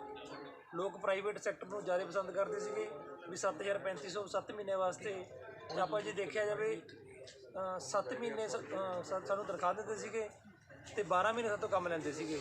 ਇੱਕ ਨਾ ਜਿਹੜਾ ਸਾਡੇ ਸਾਰਿਆਂ ਦੇ ਬੱਚੇ ਨੇ, ਉਹ ਜਿਹੜਾ ਰਿਕਸ਼ਾ ਚਲਾਉਂਦਾ ਸੀ ਸਾਤੋਂ, ਉਹ ਵੀ ਛੁੱਟੀਆਂ ਦੇ ਸਾਤੋਂ 200 ਰੁਪਏ 2 ਮਹੀਨੇ ਉਹ ਲੈ ਕੇ ਆਉਂਦਾ ਸੀ ਸਾਤੋਂ, ਸਾਨੂੰ ਮਿਲਦੀ ਨਹੀਂ ਸੀ, ਦੇਣਾ ਪੈਂਦਾ ਸੀ ਸਾਨੂੰ। ਅਸੀਂ ਦੇਖਦੇ ਵੀ ਇੱਕ ਜਿਹੜਾ ਪ੍ਰਾਈਵੇਟ ਬੰਦਾ ਰਿਕਸ਼ਾ ਚਲਾਉਂਦਾ, ਆਟੋ ਚਲਾਉਂਦਾ, ਉਹ ਸਾਤੋਂ ਛੁੱਟੀਆਂ ਦੇ ਪੈਸੇ ਲੈ ਕੇ ਜਾਂਦਾ, ਪਰ ਸਾਨੂੰ ਸਰਕਾਰ ਦੇ ਨਹੀਂ ਰਹੀ ਹੈਗੀ। ਅਸੀਂ ਇਹ ਬੜਾ ਉਹਦੇ ਵਾਸਤੇ ਐਜੀਟੇਸ਼ਨ ਕੀਤੀ, ਸਰਕਾਰ 'ਤੇ ਦਬਾਅ ਬਣਾਇਆ। ਫਿਰ ਸਾਨੂੰ 2016 'ਚ ਇਹਨਾਂ ਨੇ ਇਹ ਕੰਟੀਨਿਊਟੀ ਦਿੱਤੀ, ਫਿਰ ਅਸੀਂ ਕੰਟੀਨਿਊਟੀ ਨਾਲ ਚੱਲ ਰਹੇ ਹਾਂ। ਹੁਣ ਮਸਲਾ ਸੀਗਾ ਤਨਖਾਹ ਵਧਾਉਣ ਦਾ, ਪੱਕੇ ਹੋਣ ਦਾ। ਇਸ ਆਸ 'ਚ ਵੀ ਸਰਕਾਰ ਆਈ ਹੈ ਸਾਨੂੰ ਕਰੂਗੀ, ਪਰ ਇਹ ਸਰਕਾਰ ਜਿਵੇਂ ਨਿਕੰਮੀ ਸਰਕਾਰ ਆ ਜੀ, ਠੀਕ ਹੈ। ਇਹਨਾਂ ਨੇ ਤਨਖਾਹ ਕੀ ਵਧਾਉਣੀ ਸੀਗੀ, ਇਹਨਾਂ ਨੇ ਤਾਂ ਆ ਕੇ ਸਾਨੂੰ ਕੱਢਣ ਦੀ ਤਿਆਰੀ ਕਰਕੇ ਕੱਢ ਹੀ ਦਿੱਤਾ। ਅਸਲ 'ਚ ਅਸੀਂ ਇੱਥੇ ਬੈਠੇ ਹਾਂ, ਜੇ ਆਪਾਂ ਦੇਖੀਏ ਹਾਈ ਕੋਰਟ ਇੰਟਰਵੈਂਸ਼ਨ ਨਾ ਕਰਦੀ ਤਾਂ ਅਸੀਂ ਅੱਜ ਸਾਰੇ ਘਰੇ ਬੈਠੇ ਹੁੰਦੇ, ਕਿਉਂਕਿ ਉਹਨਾਂ ਨੇ ਇਸ ਤਰ੍ਹਾਂ ਤਰੀਕੇ ਨਾਲ ਉਰੇ ਕੰਮ ਕੀਤਾ। ਰਾਤ ਨੂੰ 12 ਵਜੇ ਬੁਲਾ ਕੇ ਕੈਂਡੀਡੇਟ ਨੂੰ ਅਪਾਇੰਟਮੈਂਟ ਲੈ ਦਿੱਤੇ ਨੇ ਸਾਡੀਆਂ ਜਗ੍ਹਾ 'ਤੇ। ਅਸੀਂ ਇੱਥੇ ਇੰਨੇ ਬੈਠੇ ਹਾਂ, ਇੱਥੇ ਬੰਦੇ ਰੋਂਦੇ ਨੇ ਸਾਡੇ ਲਗਾ ਕੇ ਵੀ ਸਰ ਮੇਰੀ ਜਗ੍ਹਾ 'ਤੇ ਵੀ ਆ ਗਿਆ, ਅੱਜ ਸਰ ਮੇਰੀ ਜਗ੍ਹਾ 'ਤੇ ਬੰਦਾ ਆ ਗਿਆ। ਜੇ ਕੋਰਟ ਨਾ ਹੋਵੇ ਉਹ ਬੰਦੇ ਸਾਰੇ ਲੀਵ ਨੇ, ਉਹਨਾਂ ਦੀ 10 ਸਾਲ ਦੀ 15 ਸਾਲ ਦੀ ਜਿਹੜੀ ਜੋਬ ਉਹ ਜ਼ੀਰੋ ਹੋ ਚੁੱਕੀ ਆ ਅਸਲ ਮੈਨੇਜ ਦਾ। ਸੋ ਕੁੱਲ ਮਿਲਾ ਕੇ ਕਹਿ ਸਕਦੇ ਹਾਂ ਕਿ ਇਹਨਾਂ ਦਾ ਕਹਿਣਾ ਹੈ ਕਿ ਇਹਨਾਂ ਲੰਬਾ ਸਮਾਂ ਸੇਵਾਵਾਂ ਕਰਕੇ ਵੀ ਇਹਨਾਂ ਦਾ ਭਵਿੱਖ ਜਿਹੜਾ ਉਹ ਹਨੇਰੇ ਵੱਲ ਧੱਕਿਆ ਜਾ ਰਿਹਾ ਹੈ। ਹਾਂਜੀ ਮੈਂ ਪ੍ਰੋਫੈਸਰ ਕੁਲਜੀਤ ਸਿੰਘ, ਮੈਂ ਪਿਛਲੇ 11 ਸਾਲ ਤੋਂ ਗਵਰਨਮੈਂਟ ਕਾਲਜ ਮੋਹਾਲੀ ਦੇ ਵਿੱਚ ਆਪਣੀਆਂ ਸੇਵਾਵਾਂ ਨਿਭਾ ਰਿਹਾ। ਔਰ ਮੈਮ ਮੈਂ ਤੁਹਾਨੂੰ ਇੱਥੇ ਇਹ ਸਪਸ਼ਟ ਕਰ ਦੇਣਾ ਚਾਹੁੰਦਾ ਕਿ ਜਿੰਨਾ ਸਾਡਾ ਵਰਕਲੋਡ ਹੈ ਉਹ ਵੀ ਬਹੁਤ ਜ਼ਿਆਦਾ ਓਵਰਲੋਡਡ ਹੈ। ਲਾਈਕ ਮੈਂ ਇਕੱਲਾ ਬੰਦਾ ਉੱਥੇ ਕੰਪਿਊਟਰ ਦਾ ਰਾਈਟ ਨਾਓ, ਅਤੇ ਸਾਡੇ ਕੋਲ ਜਿਹੜੇ ਬੱਚੇ ਨੇ ਉਹ ਨੀਅਰ ਅਬਾਊਟ 200 ਤੋਂ 300 ਬੱਚਾ ਜਿਨ੍ਹਾਂ ਨੂੰ ਅਸੀਂ ਰੋਜ਼ ਪੜ੍ਹਾਉਂਦੇ ਹਾਂ। ਠੀਕ ਹੈ ਮੈਮ, ਅਤੇ ਗਵਰਨਮੈਂਟ ਨੇ ਨਾ ਤਾਂ ਕੋਈ ਪੋਸਟਾਂ ਕੱਢਣ ਲੱਗੇ ਕੋਈ ਗਰਾਊਂਡ ਵਰਕ ਕੀਤਾ ਵੀ ਤੁਹਾਡਾ ਕਿੰਨਾ ਵਰਕਲੋਡ ਹੈ, ਕਿੰਨੀਆਂ ਪੋਸਟਾਂ ਚਾਹੀਦੀਆਂ, ਅਤੇ ਜੇ ਤਾਂ ਗਰਾਊਂਡ ਰਿਐਲਿਟੀ 'ਤੇ ਵਰਕ ਕਰਦੇ ਫਿਰ ਸਾਨੂੰ ਇਹ ਦੇ ਸਕਦੇ ਸੀਗੇ ਪੋਸਟਾਂ ਵਧਾ ਕੇ, ਸਾਨੂੰ ਵੀ ਐਡਜਸਟ ਕਰ ਸਕਦੇ ਸੀਗੇ ਵਿੱਚ। ਬਟ ਇਹਨਾਂ ਨੇ ਤਾਂ ਟੋਟਲੀ ਇੱਕ ਉਹ ਕਹਿੰਦੇ ਨਾ ਜੀ ਯੂਜ਼ ਐਂਡ ਥਰੋ ਵਾਲਾ ਉਹ ਕਰਤਾ। ਔਰ ਇੱਕ ਇਹਨਾਂ ਨੂੰ ਪੁੱਛਣਾ ਚਾਹੁੰਦਾ, ਜਿਹੜਾ ਗੈਸਟ ਹੁੰਦਾ ਉਹ ਇੱਕ ਹਫ਼ਤੇ ਦਾ ਹੁੰਦਾ, 1 ਮਹੀਨੇ ਦਾ ਹੁੰਦਾ, ਜਾਂ 1 ਸਾਲ, ਮਤਲਬ 1 ਮਹੀਨੇ ਤੱਕ ਹੀ ਹੁੰਦਾ ਹੈ ਨਾ। ਅਤੇ ਕੋਈ ਆ ਗਿਆ ਜੀ, ਗੈਸਟ ਆ ਗਿਆ, ਅਸੀਂ ਤਾਂ ਜੀ 11 ਸਾਲ ਹੋ ਗਏ ਸਾਨੂੰ, ਅਤੇ 11 ਸਾਲ ਤੋਂ ਸਾਡੇ ਤੋਂ ਅਕੈਡਮਿਕ ਵਰਕ ਵੀ ਲੈ ਲਿਆ ਅਤੇ ਐਡਮਿਨਿਸਟ੍ਰੇਟਿਵ ਡਿਊਟੀਜ਼, ਇਲੈਕਸ਼ਨ ਡਿਊਟੀਜ਼ ਤੱਕ ਸਾਡੇ ਤੋਂ ਲੈ ਲਈਆਂ, ਅਤੇ ਹੁਣ ਇਹ ਸਾਨੂੰ ਕਹਿੰਦੇ ਵੀ ਤੁਸੀਂ ਜਾਓ ਆਪਦੇ ਘਰ ਨੂੰ। 11 ਸਾਲ ਗੈਸਟ ਫੈਕਲਟੀ ਦੇ ਵਿੱਚ ਹੀ ਰਹੇ। ਹਾਂਜੀ 18 ਮੈਨੂੰ 11 ਹੋ ਗਏ ਮੈਮ, ਬਾਕੀ ਕਈ ਸਾਥੀ 18 ਤੋਂ 20 ਸਾਲ ਵੀ ਹੋ ਗਏ। ਇਹ ਇਹਨਾਂ ਦੀਆਂ ਸਮੱਸਿਆ ਜੀ ਤੁਸੀਂ ਕੁਝ ਕਹਿੰਦੇ? ਮੇਰੀ ਸਮੱਸਿਆ ਵੀ ਬਿਲਕੁਲ ਵੱਖਰੀ ਹੈ ਜੀ। ਮੈਂ ਅਤੇ ਮੇਰੀ ਵਾਈਫ ਦੋਨੇ ਹੀ ਇੱਕੋ ਕਾਲਜ ਦੇ ਵਿੱਚ, ਸਰਕਾਰੀ ਕਾਲਜ ਮਲੇਰਕੋਟਲਾ ਦੇ ਵਿੱਚ ਐਜ਼ ਏ ਗੈਸਟ ਫੈਕਲਟੀ ਕੰਮ ਕਰ ਰਹੇ ਹਾਂ ਜੀ। ਮੈਨੂੰ ਤਕਰੀਬਨ ਜਿਹੜੇ ਹੋ ਤੁਸੀਂ ਕਰ ਰਹੇ ਹੋ ਕਿ? ਹਾਂਜੀ ਕਰ ਰਹੇ ਹਾਂ। ਹਾਲ ਦੀ ਘੜੀ ਹਾਈ ਕੋਰਟ ਦੀ ਜਿਹੜੀ ਇੰਟਰਵੈਂਸ਼ਨ ਉਹਦੇ ਕਰਕੇ ਕਰ ਰਹੇ ਹਾਂਗੇ, ਪਰ ਜੇ ਹਾਈ ਕੋਰਟ ਨੇ ਸਟੇ ਤਾਂ 3 ਦਸੰਬਰ ਤੋਂ ਦਿੱਤੀ ਹੋਈ ਆ, ਫਿਰ ਉਸ ਤੋਂ ਬਾਅਦ ਇਹ ਸਾਰਾ ਪ੍ਰੋਸੈਸ ਸੀਲ ਵੀ ਕਰਤਾ 23 ਜਾਂ 24 ਦਸੰਬਰ ਨੂੰ। ਸੀਲਿੰਗ ਹੋਣ ਦੇ ਬਾਵਜੂਦ ਵੀ ਜਿਹੜਾ ਸਿੱਖਿਆ ਸਕੱਤਰ ਆ ਉਹ ਸਟੇਸ਼ਨ ਅਲਾਉਡ ਕਰੀ ਜਾ ਰਿਹਾ ਹੈਗਾ। ਨਹੀਂ, ਤੁਹਾਡੇ ਸਟੇਸ਼ਨ ਵੀ ਅਲਾਉਡ ਕਰੀ ਜਾ ਰਿਹਾ, ਅਤੇ ਅਪਾਇੰਟਮੈਂਟ ਲੈਟਰਸ ਵੀ ਉਹਨਾਂ ਨੇ ਆਊਟ ਆਫ ਵੇ ਸਾਨੂੰ ਪਤਾ ਲੱਗਿਆ, ਸਾਡੇ ਕੋਲ ਵੀਡੀਓਜ਼ ਪਹੁੰਚੀਆਂ ਸੀਗੀਆਂ ਕਿ ਵੀ 12 ਵਜੇ ਉਹਨਾਂ ਨੇ ਅਪਾਇੰਟਮੈਂਟ ਲੈਟਰਸ, ਅਸੀਂ ਪ੍ਰਗਟ ਸਿੰਘ ਨਾਲ ਵੀ ਗੱਲ ਕੀਤੀ ਸੀ, ਉਹਨਾਂ ਨੇ ਕਿਹਾ ਸੀਗਾ ਕਿ ਅਸੀਂ ਨਿਯੁਕਤੀਆਂ ਕਰ ਦਿੱਤੀਆਂ ਨੇ ਜਾਂ ਹਰੀ ਝੰਡੀ ਦੇ ਦਿੱਤੀ ਹੈ। ਸੋ ਤੁਹਾਡੇ ਅਜੇ ਬਚੀ ਹੋਈ ਹੈ? ਨਿਯੁਕਤੀਆਂ ਕਰ ਦਿੱਤੀਆਂ ਜੀ। ਇੱਕ ਹੁੰਦਾ ਜੁਆਇਨਿੰਗ ਲੈਟਰ ਦੇਣਾ, ਇੱਕ ਹੁੰਦਾ ਸਟੇਸ਼ਨ ਅਲਾਉਟ ਕਰਨਾ। ਇਹਨਾਂ ਨੇ ਚੰਡੀਗੜ੍ਹ ਬੁਲਾ ਕੇ, ਹੋ ਸਕਦਾ ਕਿ ਜੁਆਇਨਿੰਗ ਲੈਟਰ ਦੇਤਾ ਹੋਵੇ ਕਿ ਤੁਸੀਂ ਮਹਿਕਮਾ ਜੁਆਇਨ ਕਰ ਰਹੇ ਹੋ, ਪਰ ਸਟੇਸ਼ਨ ਅਲਾਉਟ ਤਾਂ ਜਦੋਂ ਤਾਂ ਸਟੇ ਹੋ ਗਈ ਜੀ, ਸਟੇ ਹੋਣ ਦੇ ਬਾਵਜੂਦ ਵੀ ਸਟੇਸ਼ਨ ਅਲਾਉਟ ਕਰੀ ਗਏ, ਪਰ ਉਹ 'ਚ ਟੇਢੇ ਢੰਗ ਨਾ ਕਰੇ ਇਹਨਾਂ ਨੇ। ਕਹਿ ਰਹੇ ਨਾ ਆਪਾਂ ਵੀ ਸਟੇ ਹੋਇਆ ਇੱਕ ਪਾਸੇ ਦੇ ਬਾਵਜੂਦ ਵੀ ਮਤਲਬ ਰੂਲ ਜਿਹੜੇ ਨਿਯਮ ਆ ਉਹ ਤੋੜ ਕੇ ਇਹਨਾਂ ਨੇ ਇਹ ਕੰਮ ਕੀਤਾ। ਹਾਂਜੀ, ਇਹਨਾਂ ਉੱਪਰ ਤਾਂ ਹੀ ਉਹ ਪਿਛਲੇ ਦਿਨ ਇੱਕ ਰਿਟ ਫਾਈਲ ਹੋਈ ਹੈਗੀ ਕਿ ਤੁਸੀਂ ਮਾਣਯੋਗ ਹਾਈ ਕੋਰਟ ਦਾ ਵੀ ਉਲੰਘਣ ਕਰੀ ਜਾ ਰਹੇ ਹੋਗੇ। ਮੇਰਾ ਸਵਾਲ ਫਿਰ ਮੈਂ ਕਹਿ ਰਹੀ ਹਾਂ ਵੀ ਤੁਹਾਡੀ ਇਹ ਪੋਸਟ ਬਚੀ ਹੋਈ, ਤੁਹਾਡੀ ਜਗ੍ਹਾ ਤੇ ਨਹੀਂ ਕੋਈ, ਜਿਵੇਂ ਨਾ ਦੱਸਿਆ ਕਿ ਵੀ ਇੱਥੇ ਰੋਜ਼ ਆਉਂਦੇ ਨੇ ਟੀਚਰ ਕਿ ਮੇਰੀ ਜਗ੍ਹਾ ਵੀ ਆ ਗਿਆ ਜੀ, ਮੇਰੀ ਜਗ੍ਹਾ ਵੀ ਆ ਗਿਆ ਜਿਹੜੇ ਅਪਾਇੰਟਡ ਹੋਏ ਨੇ। ਮੇਰੀ ਪੋਸਟ ਹਾਲ ਦੀ ਘੜੀ ਤਾਂ ਬਚੀ ਹੋਈ ਹੈ ਜੀ, ਕੱਲ੍ਹ ਨੂੰ ਬਚੀ ਰਹੂਗੀ ਇਹਦੀ ਕੋਈ ਭਰੋਸਾ ਨਹੀਂ ਹੈਗਾ, ਪਰ ਸਾਡੀ ਤਰਾਸਦੀ ਬਹੁਤ ਵੱਡੀ ਆ। ਲਗਭਗ ਪੌਣੇ 2 ਮਹੀਨੇ ਹੋ ਗਏ ਧਰਨਾ ਚੱਲਦੇ ਨੂੰ। ਮੈਂ ਤੇ ਮੇਰੇ ਵਾਈਫ ਦੋਨੇ ਮਲੇਰਕੋਟਲੇ ਰਹਿੰਦੇ ਸੀਗੇ। ਜਦੋਂ ਦਾ ਇਹ ਸੰਘਰਸ਼ ਸਟਾਰਟ ਹੋਇਆ, ਮੇਰਾ ਬੇਟਾ 3.5 ਸਾਲ ਦਾ, ਉਹ ਉਦੋਂ ਦਾ ਹੀ ਫਿਰ ਉਹ ਉਹਨੂੰ ਨਾਨਕੇ ਛੱਡਿਆ ਸੀ, ਉਹਦੀ ਸਕੂਲਿੰਗ ਛੁੱਟ ਗਈ ਆ, ਸਕੂਲ ਨਹੀਂ ਜਾ ਸਕਦਾ ਹੈਗਾ ਉਹ। ਸਾਡੇ ਕੋਲ ਉਹਨੂੰ ਵਾਪਸ ਅਸੀਂ ਉਦੋਂ ਲੈ ਕੇ ਆਵਾਂਗੇ ਜਦੋਂ ਇਹ ਸੰਘਰਸ਼ ਮੁੱਕੂਗਾ, ਉਹਨਾਂ ਚਿਰ ਉਹ ਤੋਂ ਵੱਖਰੇ ਆ, ਅਸੀਂ ਦੂਰ ਆ। ਕਿੰਨਾ ਸਮਾਂ ਹੋ ਗਿਆ ਬੈਠਿਆਂ ਨੂੰ ਤੁਹਾਨੂੰ? ਮੈਡਮ ਜੀ 2 ਮਹੀਨੇ ਦੇ ਕਰੀਬ ਸਾਨੂੰ ਕਾਲਜਾਂ 'ਚ ਬੈਠਿਆਂ ਨੂੰ ਹੋ ਗਿਆ ਧਰਨਿਆਂ 'ਤੇ, ਅਤੇ ਅੱਜ 8 ਦਿਨ ਹੋ ਗਏ ਸਾਨੂੰ ਪ੍ਰਗਟ ਸਿੰਘ ਦੀ ਕੋਠੀ ਦੇ ਅੱਗੇ ਬੈਠੇ। ਇਹਨਾਂ 8 ਦਿਨਾਂ ਦੇ ਵਿੱਚ ਪ੍ਰਗਟ ਸਿੰਘ ਜੀ ਨਾਲ ਮੁਲਾਕਾਤ ਹੋਈ? ਮੁਲਾਕਾਤ ਮੈਡਮ ਜੀ ਬਸ ਹਰ ਮੰਗਲਵਾਰ ਦਿੰਦੇ, ਹਰ ਹਫਤੇ ਦਾ ਜੀ ਮੰਗਲਵਾਰ ਕਹਿ ਦੇਣਾ ਜੀ, ਉਸ ਦਿਨ ਮੁੱਕਰ ਜਾਣਾ ਜੀ, ਫਿਰ ਅਗਲਾ ਮੰਗਲਵਾਰ ਦੇ ਦੇਣਾ ਜੀ। ਜਦ ਕਿ ਅਸੀਂ ਮਹਿਸੂਸ ਕਰਦੇ ਮੈਡਮ ਜੀ ਇੰਨਾ ਸਮਾਂ ਹੋ ਗਿਆ ਔਰ ਇੰਨੀਆਂ ਸੇਵਾਵਾਂ ਦਿੱਤੀਆਂ। ਮੈਂ ਲੈਫਟੀਨੈਂਟ ਦੀ ਟ੍ਰੇਨਿੰਗ ਕਰਕੇ ਆਇਆ, ਮੈਂ ਗਵਰਨਮੈਂਟ ਕਾਲਜ ਮੋਹਾਲੀ ਜੀ NCC ਅਫਸਰ ਹਾਂ। 7 ਬੱਚੇ ਮੇਰੇ ਗਸਟਡ ਅਫਸਰ ਬਣੇ ਹੋਏ ਜਿਨ੍ਹਾਂ ਦਾ ਮੈਂ ਰਿਕਾਰਡ ਰੱਖਿਆ ਹੋਇਆ ਹੈ, ਔਰ ਮੇਜਰ ਦੇ ਅਹੁਦੇ ਤੱਕ ਇੱਕ ਸਾਡੀ ਲੜਕੀ ਮੇਰੀ ਸਟੂਡੈਂਟ ਗਈ, ਉਸ ਤੋਂ ਬਾਅਦ ਲੈਫਟੀਨੈਂਟ ਦੇ ਅਹੁਦੇ 'ਤੇ ਗਈ, ਕੈਪਟਨ ਦੇ ਅਹੁਦੇ ਤੱਕ ਵੀ ਮੇਰੇ ਬੱਚੇ ਜਿਹੜੇ ਗਏ ਹੋਏ ਆ। ਪਰ ਹੈਰਾਨੀ ਵਾਲੀ ਗੱਲ ਆ, ਅੱਜ ਸਾਡੇ ਕੋਲ ਪੜ੍ਹ ਕੇ ਬੱਚੇ ਗਸਟਡ ਪੋਸਟਾਂ 'ਤੇ ਗਏ ਹੋਏ ਅਤੇ ਸਾਨੂੰ ਅੱਜ ਕਹਿ ਰਹੇ ਤੁਸੀਂ ਐਲੀਜੀਬਲ ਨਹੀਂ ਹੈਗੇ। ਇਹ ਬੜੀ ਹੈਰਾਨਗੀ ਹੋ ਗਈ ਇਸ ਗੱਲ ਦੀ। ਔਰ ਸਾਡੇ ਕਾਲਜ 'ਚ ਰਾਤ ਨੂੰ 1 ਵਜੇ 2 ਵਜੇ ਤੱਕ ਲੈਟਰ ਵੰਡੇ ਜਾਂਦੇ ਆ। ਇਹ ਵੀ ਸਾਨੂੰ ਬੜੀ ਹੈਰਾਨਗੀ ਹੁੰਦੀ ਵੀ ਇਸ ਤਰ੍ਹਾਂ ਦੀ ਚੋਰੀ ਕਿਉਂ ਕੀਤੀ ਜਾਂਦੀ ਹੈ, ਔਰ ਸਰਕਾਰ ਚੋਰੀ ਕਰ ਰਹੀ ਹੈ। ਦੇਖੋ ਤੁਸੀਂ ਜਦਕਿ ਜਿਹੜੀ ਸਰਕਾਰੀ ਡਿਊਟੀ ਆ 5 ਵਜੇ ਤੱਕ ਨਿਭਾਈ ਜਾਂਦੀ ਆਮ ਕਰਕੇ ਲਾਸਟ ਟਾਈਮ, ਪਰ ਉਹ ਰਾਤ ਨੂੰ 2 ਵਜੇ ਤੱਕ ਕਰਦੇ ਆ। ਦੇਖੋ ਇਹ ਚੋਰ ਮੋਰੀ ਕਿਉਂ ਇਹ ਕੀਤੀ ਜਾਂਦੀ ਹੈ? ਕਿਉਂਕਿ ਉਹਨਾਂ ਕੋਲ ਸਮਾਂ ਬਹੁਤ ਥੋੜਾ ਵੀ ਉਹਨਾਂ ਨੂੰ ਲੱਗਦਾ ਵੀ ਇਸੇ ਇੰਨੇ ਕੁ ਸਮੇਂ ਦੇ ਵਿੱਚ ਅਸੀਂ ਜਲਦੀ ਦਾ ਹੀ ਨਤੀਜਾ ਹੈ ਕਿ ਉਹ ਜਲਦੀ ਦਾ ਨਤੀਜਾ ਇਹ ਹੈ ਕਿ ਵਿਚਾਰੇ ਅੱਜ ਇੱਥੇ ਬੈਠੇ ਨੇ ਠੰਡ ਦੇ ਵਿੱਚ। ਹਾਂ, ਇਹ ਚੋਰਾਂ ਵਾਂਗ ਮਤਲਬ ਜਿਹੜਾ ਨਿਬੜੇ ਚੱਲ ਲੱਗੇ ਹੋਏ ਕੰਮ। ਹਾਂ, ਅਤੇ ਅਸੀਂ ਵੀ ਦੋਵੇਂ ਹਸਬੈਂਡ ਵਾਈਫ ਐਸੇ ਗੈਸਟਿਬਿਲਿਟੀ 'ਚ ਲੱਗੇ ਹੋਏ ਹਾਂ। ਅੱਛਾ, ਤੁਹਾਡੀ ਵਾਈਫ ਵੀ ਨਾਲ ਨੇ? ਹਾਂਜੀ। ਓਕੇ, ਠੀਕ ਹੈ। ਸੋ ਇਹ ਜਿਹੜੇ ਅਧਿਆਪਕ ਬੈਠੇ ਇੱਥੇ ਉਹਨਾਂ ਦੀ ਇੱਥੋਂ, ਹਾਂਜੀ, ਤੁਸੀਂ ਕਿਹੜੇ ਕਾਲਜ ਦੇ ਵਿੱਚ ਸੀ? ਸਰਕਾਰੀ ਕਾਲਜ। ਤੁਹਾਡੀ ਜਗ੍ਹਾ ਵੀ ਹੋਗੀ ਪੜ੍ਹਨ?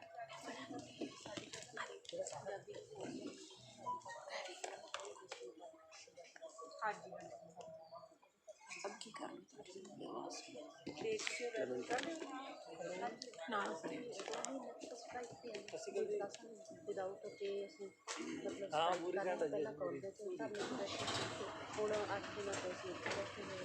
ਅੱਛਾ, ਜਦੋਂ ਦਾ ਹੁਣ ਤੁਸੀਂ ਧਰਨੇ ਦੇ ਉੱਪਰ ਬੈਠੇ ਹੋਏ ਤੁਹਾਨੂੰ ਤਨਖਾਹ ਨਹੀਂ ਮਿਲੇਗੀ? ਸਾਡੇ ਤਾਂ ਇਹ ਆ ਕਿ ਸਾਨੂੰ ਤਾਂ ਉਹਨਾਂ ਨੇ ਛੁੱਟੀ ਮੰਨ ਲਈ ਹੈਗੀ ਵੀ ਤੁਸੀਂ ਤਾਂ ਛੁੱਟੀ 'ਤੇ ਹੋ, ਜਦ ਕਿ ਅਸੀਂ ਮੁਕੰਮਲ ਹੜਤਾਲ ਕਹਿ ਕੇ ਬੈਠੇ ਹੋਏ ਹਾਂ। ਮੈਂ ਤੁਹਾਨੂੰ ਇੱਥੇ ਇੱਕ ਹੋਰ ਗੱਲ ਵੀ ਦੱਸਣਾ, ਇਹ ਵੀ ਇਲੀਗਲ ਹੈ, ਬਿਲਕੁਲ ਫੁੱਲ ਫਲੈਜ ਇਲੀਗਲ ਹੀ ਹੈ। ਜਦੋਂ ਅਸੀਂ ਕਹਿ ਰਹੇ ਹਾਂ ਮੁਕੰਮਲ ਹੜਤਾਲ ਤੇ ਸਾਨੂੰ ਕਹਿ ਰਹੇ ਇਤਫਾਕੀਆ ਛੁੱਟੀਆਂ। ਬਿਲਕੁਲ, ਜਦੋਂ ਵੀ ਕੋਈ ਮਤਲਬ ਸਰਵਿਸਮੈਨ ਕੋਈ ਹੜਤਾਲ ਤੇ ਜਾਂਦਾ ਤਾਂ ਮੇਰੇ ਖਿਆਲ ਉਹਦੀ ਨਹੀਂ ਉਹ ਜਿਹੜੀ ਪੇ ਕੱਟੀ ਜਾਂਦੀ। ਸਾਡੀ ਪੇ ਕੱਟੀ ਅਸੀਂ 2 ਮਹੀਨੇ ਤੋਂ ਹਸਬੈਂਡ ਵਾਈਫ ਹੈਗੇ ਆ, ਉਹ ਪਹਿਲਾਂ ਬੋਲ ਕੇ ਹਟੇ ਆ, ਉਹਨਾਂ ਦੀ ਵਾਈਫ ਆ, ਅਤੇ ਉਹਨਾਂ ਨੇ ਕਿਹਾ ਸੀ ਹਜੇ ਤੱਕ ਤਾਂ ਸਾਡੇ ਕੋਲ ਆਪਣਾ ਘਰ ਵੀ ਨਹੀਂ, ਅਸੀਂ ਕਿਰਾਏ ਦੇ ਮਕਾਨ 'ਤੇ ਰਹਿੰਦੇ ਹਾਂ, ਅਸੀਂ ਕਿਰਾਇਆ ਵੀ ਦੇਣਾ ਹੈ ਮਕਾਨ ਦਾ। ਕਿੰਨੀ ਦੇਰ ਤੋਂ ਕਰ ਰਹੇ ਹੋ ਤੁਸੀਂ? ਮੈਂ 6 ਸਾਲ ਜੀ, ਉਹਨਾਂ ਨੂੰ 8-9 ਸਾਲ ਹੋ ਗਏ। ਇਸ ਤੋਂ ਵੀ ਵੱਧ ਟਾਈਮ ਦੇ ਉੱਪਰ ਕਰ ਸਕਦੇ ਅਤੇ ਕਾਲਜ ਤੋਂ ਕੰਮ ਕਰ ਰਹੇ ਹਾਂ, ਅਤੇ ਪਰ ਸਰਕਾਰ ਨੇ ਸਾਡਾ ਕੋਈ ਵੀ ਇਨਸਾਫ ਵਾਲੀ ਗੱਲ ਨਹੀਂ ਕੀਤੀ ਹੋਈ। ਅਤੇ ਤੁਹਾਨੂੰ ਲੱਗਦਾ ਹੈ ਕਿ ਵੀ ਜਿਹੜਾ ਰਾਈਟ ਤੁਹਾਡਾ ਸੀਗਾ ਖੋਇਆ ਜਾ ਰਿਹਾ? ਹਾਂਜੀ, ਖੋਇਆ ਜਾ ਰਿਹਾ। ਇੱਕ ਗੱਲ ਮੈਂ ਹੋਰ ਵੀ ਪੁੱਛਣਾ ਚਾਹੁੰਦੀ ਹਾਂ ਪ੍ਰੋਫੈਸਰ ਸਿੱਖਿਆ ਮੰਤਰੀ ਨੂੰ, ਕਿ ਉਹਨਾਂ ਨੇ ਜਦੋਂ ਪੋਸਟਾਂ ਕੱਢੀਆਂ ਸੀ ਜਾਂ ਕੱਢਣ ਜਾ ਰਹੇ ਸੀ ਜਾਂ ਇੱਦਾਂ ਦਾ ਕੱਢਣੀਆਂ ਸੀ, ਇਹ ਕਹਿ ਸਕਦੇ, ਉਹਨਾਂ ਨੇ ਇੱਕ ਬਿਆਨ ਦਿੱਤਾ ਸੀ ਕਿ ਮੈਂ ਕਾਲਜਾਂ ਨੂੰ ਬਹੁਤ ਪੜ੍ਹਿਆ ਲਿਖਿਆ ਤਜਰਬੇਕਾਰ ਸਟਾਫ ਦੇ ਰਹੀ। ਮਤਲਬ ਕਹਿਣ ਦਾ ਮਤਲਬ ਸੀਗਾ ਕਿ ਜਿਹੜੇ ਇਹ ਬੰਦੇ ਬੈਠੇ ਨੇ ਇਹ ਇਹਨਾਂ ਕੋਲ ਤਜਰਬਾ ਨਹੀਂ ਜਾਂ ਇਹਨਾਂ ਦੀਆਂ ਡਿਗਰੀਆਂ ਨਹੀਂ, ਅਤੇ ਮੈਂ ਤੁਹਾਨੂੰ ਡਿਗਰੀਆਂ ਵਾਲਾ ਸਟਾਫ ਦੇ ਰਹੀ। ਜਦੋਂ ਉਹਨਾਂ ਨੇ ਪੇਪਰ ਜਿਹੜਾ ਸ਼ਰਤਾਂ ਰੱਖੀਆਂ, ਉਹਦੇ ਵਿੱਚ ਉਹਨਾਂ ਨੇ ਸਿਰਫ 100 ਨੰਬਰ ਦੇ ਪੇਪਰ ਦੀ ਸ਼ਰਤ ਰੱਖ ਕੇ ਤੇ PhD, ਐਮਫਿਲ, ਨੈਟ ਸਾਰੇ ਪਾਸੇ ਨੂੰ ਇਗਨੋਰ ਕਰ ਦਿੱਤਾ ਬੰਦੇ ਦੀਆਂ ਪਬਲੀਕੇਸ਼ਨ। ਅਤੇ ਅੱਜ ਮੇਰੇ ਕੋਲ PhD ਵੀ ਆ, ਮੇਰੇ ਕੋਲ ਐਮਫਿਲ ਵੀ ਆ, ਮੇਰਾ ਨੈਟ ਵੀ ਆ, ਅਤੇ ਮੈਨੂੰ ਦੱਸੋ ਕਿ ਮੇਰੇ ਪ੍ਰਗਟ ਸਿੰਘ ਮੈਨੂੰ ਦੱਸਣ ਕਿ ਮੇਰੇ 'ਚ ਕੀ ਘਾਟ ਆ ਕਿ ਮੈਂ ਬੱਚਿਆਂ ਨੂੰ ਪੜ੍ਹਾ ਨਹੀਂ ਸਕਦੀ। ਜਿਹੜਾ ਇੱਕ 100 ਨੰਬਰ ਦਾ ਪੇਪਰ ਦੇ ਕੇ ਉਸ ਤੋਂ ਬਾਅਦ ਬੇਸ਼ੱਕ ਉਹ MA ਨੈਟ ਆ। ਨਹੀਂ, ਜਦੋਂ ਪਿਛਲੇ 5 ਸਾਲ ਤੋਂ ਤੁਸੀਂ ਪੜ੍ਹਾ ਰਹੇ ਹੋ? ਮੈਂ 6 ਸਾਲ ਤੋਂ ਪੜ੍ਹਾ ਰਹੇ ਹੋ, ਅਤੇ ਫਿਰ ਤਾਂ ਸਵਾਲ ਹੀ ਨਹੀਂ ਉਸ ਵੇਲੇ ਪੜ੍ਹਾ ਨਹੀਂ ਸਕਦੀ ਸੀ। ਨਹੀਂ ਮੈਮ, ਉਹ ਵੀ ਠੀਕ ਆ, ਪਰ ਜੇ ਉਹ ਕਹਿੰਦੇ ਆ ਨਾ ਵੀ ਅਸੀਂ ਤੁਹਾਨੂੰ ਤਜਰਬੇਕਾਰ ਜਾਂ ਤੁਹਾਨੂੰ ਡਿਗਰੀਆਂ ਵਾਲਾ ਦਿੰਦੇ ਆ, ਤਾਂ 100 ਨੰਬਰ ਦਾ ਪੇਪਰ ਲੈ ਕੇ ਕਿਹੜਾ ਤਜਰਬੇਕਾਰ ਸਟਾਫ ਦੇ ਰਹੇ ਆ?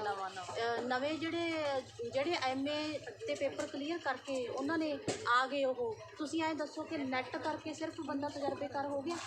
ਇੱਕ ਉਹ ਕੰਡੀਸ਼ਨ ਆ, ਠੀਕ ਆ ਨਾ, ਜੋ ਜਿਸੀ ਨੇ ਰੱਖ ਤੁਸੀਂ ਆਖਰ ਤੇ ਮੈਂ ਇੱਕ ਸਵਾਲ ਪੁੱਛਾਂਗੀ ਵੀ ਤੁਸੀਂ ਕੀ ਮੰਗ ਕਰਦੇ ਹੋ ਸਰਕਾਰ ਤੋਂ? ਸਾਡੀ ਤਾਂ ਇਹ ਸਰਕਾਰ ਮੰਗ ਹੈ ਜੀ ਵੀ ਸਾਡੀਆਂ ਪੋਸਟਾਂ ਪਹਿਲਾਂ ਸੇਵ ਕਰਕੇ 906 ਬੰਦੇ ਨੇ, ਉਸ ਤੋਂ ਬਾਅਦ 600 ਪੋਸਟ ਖਾਲੀ ਪਈ ਹੈ, ਉਹਨੂੰ ਭਰ ਲੈਣ, ਸਾਨੂੰ ਕੋਈ ਇਤਰਾਜ਼ ਨਹੀਂ ਹੈਗਾ, ਪਰ ਅਸੀਂ ਆਪਣੀਆਂ ਪੋਸਟਾਂ 'ਤੇ ਤਾਂ ਨਹੀਂ ਬੰਦਿਆਂ ਨੂੰ ਆਉਣ ਲਈ ਕਰਾਂਗੇ। ਕੋਰਟ ਦੇ ਵਿੱਚ ਗਏ? ਅਸੀਂ ਤਾਂ ਆਲਰੇਡੀ ਬੈਠੇ ਹਾਂ ਜੀ, ਕੋਰਟ ਦੇ ਤਾਂ ਸਾਰੇ ਜਾ ਰਹੇ ਨੇ, ਐਗਜ਼ਾਮ ਦਿੱਤਾ ਉਹ ਜਾ ਰਹੇ ਨੇ, ਕਿਉਂਕਿ ਜਦੋਂ ਐਗਜ਼ਾਮ ਸੀ ਜਿਹੜਾ ਉਹ ਸੈਟ ਪ੍ਰੋਪਰ ਵੇ ਨਾਲ ਨਹੀਂ ਹੋਇਆ, ਅਤੇ ਅਸੀਂ ਤਾਂ ਆਪਣਾ ਆਲਰੇਡੀ 2 ਮਹੀਨੇ ਤੋਂ ਸਟ੍ਰਾਈਕ 'ਤੇ ਬੈਠੇ ਹਾਂ। ਅੱਛਾ, ਤੁਹਾਨੂੰ ਮੈਮ ਕੀ ਲੱਗਦਾ ਹੈ ਕਿ ਇਹ ਜਿਹੜੇ ਮੈਮ ਇੱਧਰ ਵੀ ਕਰ ਲਿਆ? ਹਾਂਜੀ, ਇੱਕ ਸਵਾਲ ਹੋਰ। ਸਤਿ ਸ਼੍ਰੀ ਅਕਾਲ।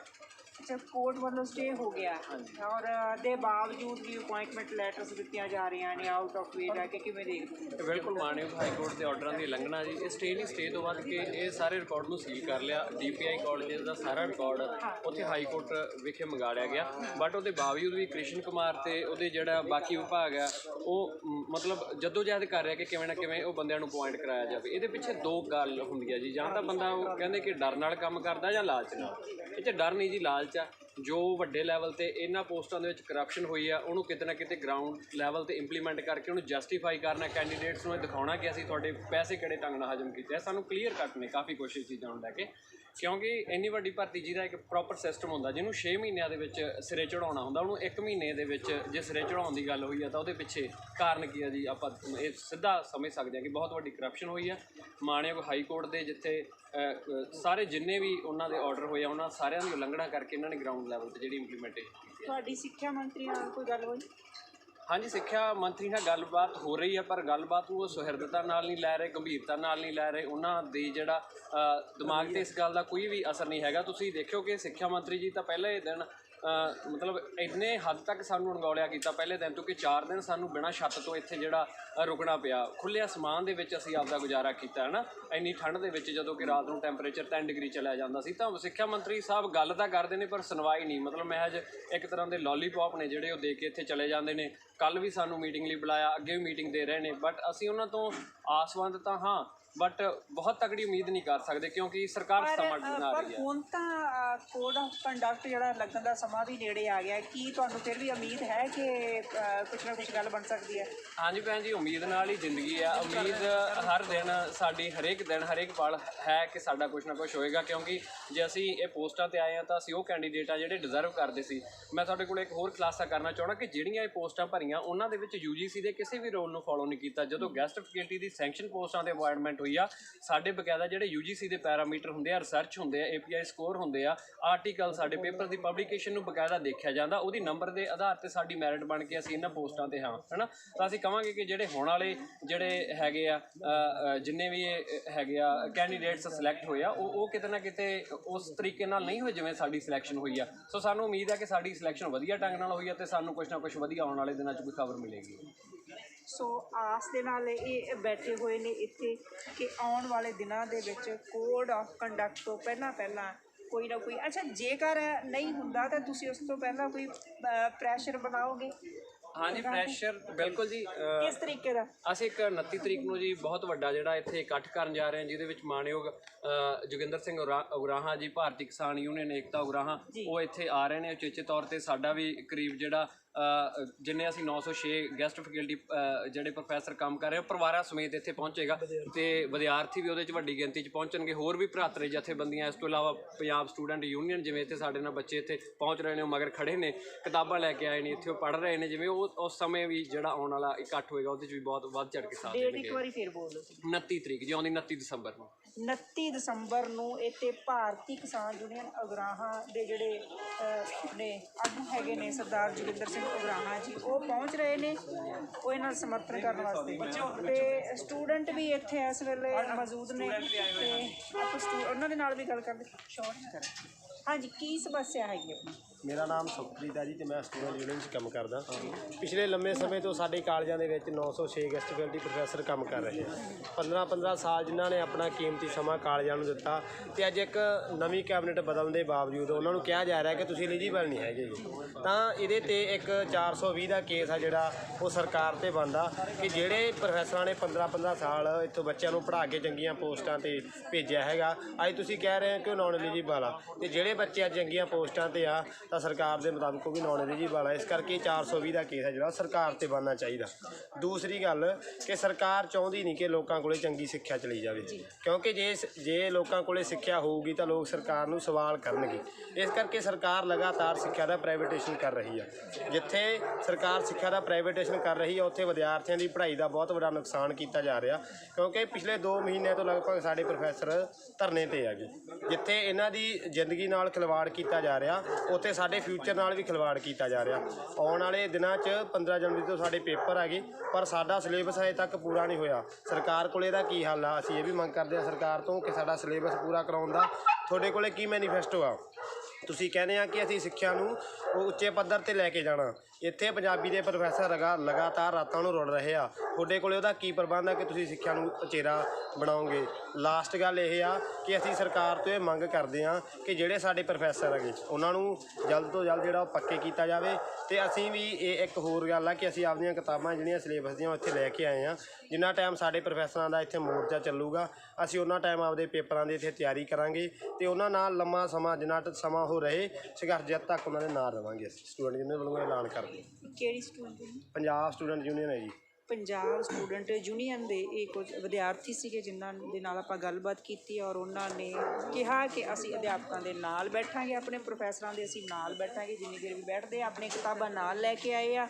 ਪੇਪਰ ਨੇੜੇ ਨੇ, ਇਹ ਵੀ ਇਹਨਾਂ ਦੀ ਇੱਕ ਸਮੱਸਿਆ ਹੈ ਔਰ ਉਹ ਕਹਿ ਰਹੇ ਨੇ ਕਿ ਸਾਡੇ ਹਾਲੇ ਸਿਲੇਬਸ ਵੀ ਸਾਡਾ ਕੰਪਲੀਟ ਨਹੀਂ ਹੋਇਆ। ਸੋ ਇਹ ਬਹੁਤ ਸਾਰੀਆਂ ਸਮੱਸਿਆਵਾਂ ਨੇ ਇੱਥੇ, ਅਤੇ ਬਾਕੀ ਕੀ ਸਮੱਸਿਆਵਾਂ ਇਹਨਾਂ ਨੂੰ ਆ ਰਹੀਆਂ ਨੇ ਫਿਜ਼ੀਕਲੀ ਉਹ ਵੀ ਆਪਾਂ ਤੁਹਾਡੇ ਨਾਲ ਸਾਂਝੀਆਂ ਕਰਾਂਗੇ। ਤਦ ਤੱਕ ਦੇ ਲਈ ਇਜਾਜ਼ਤ ਚਾਹਾਂਗੇ।